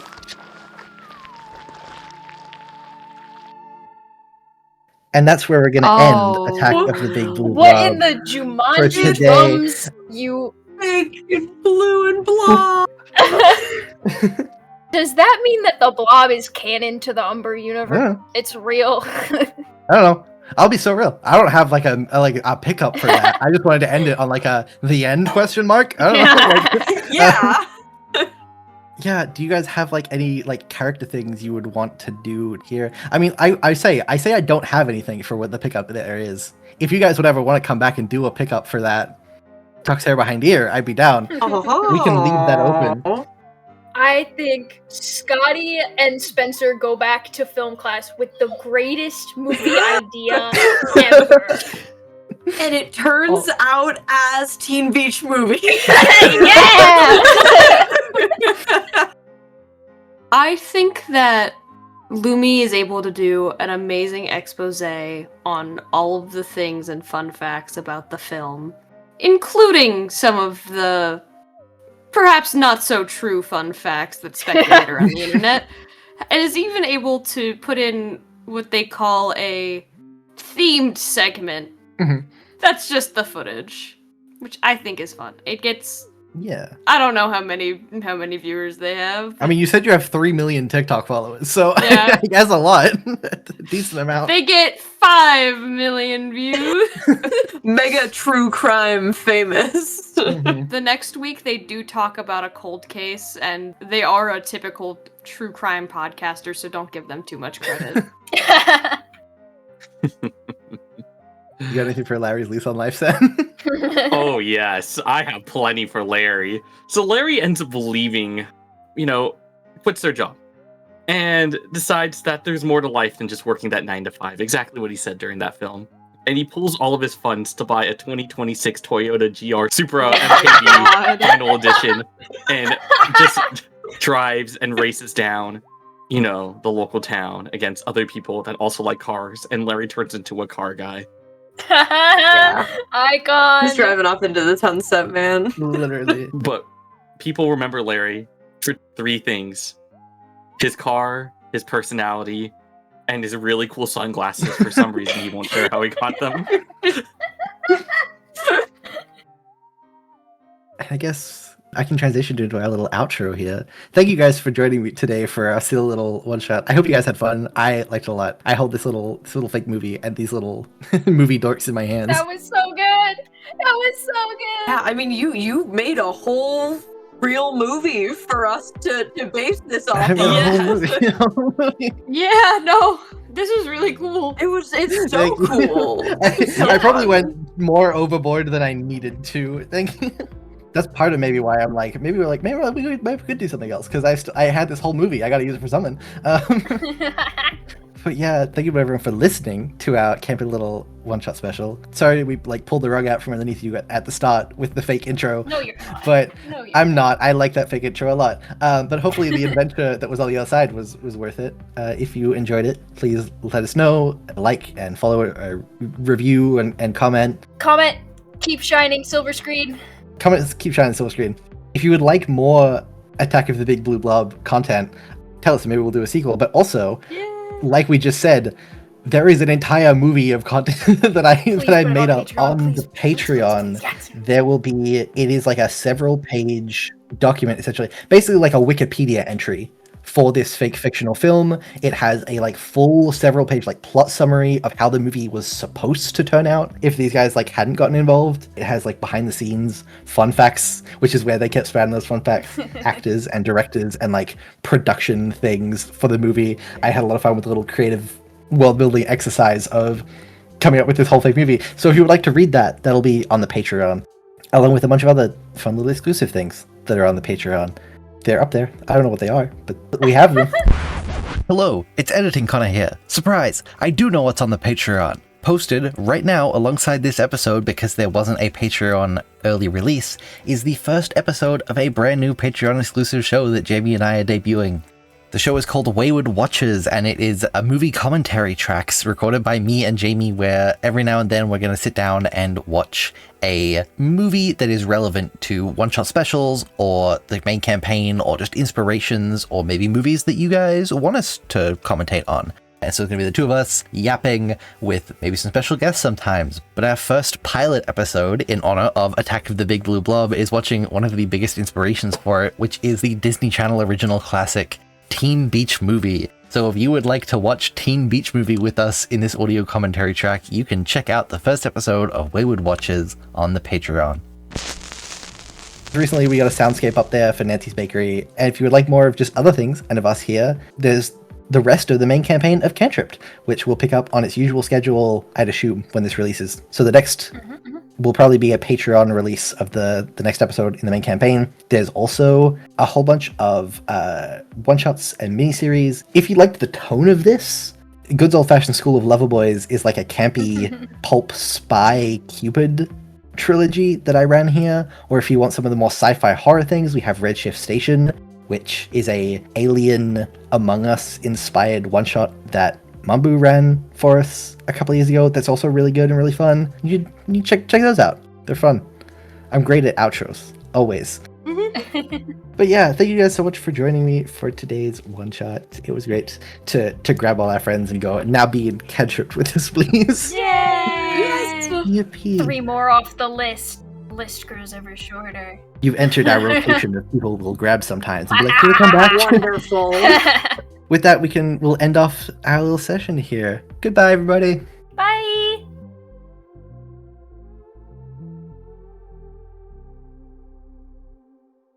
If y'all have not watched Supernatural, the Scooby It's so Natural episode, Scooby-Natural, just yep. that one, you don't need the other ones around it. You just need to go watch You Scooby just need to watch Natural. Scooby-Natural. It's so funny and it's so relevant.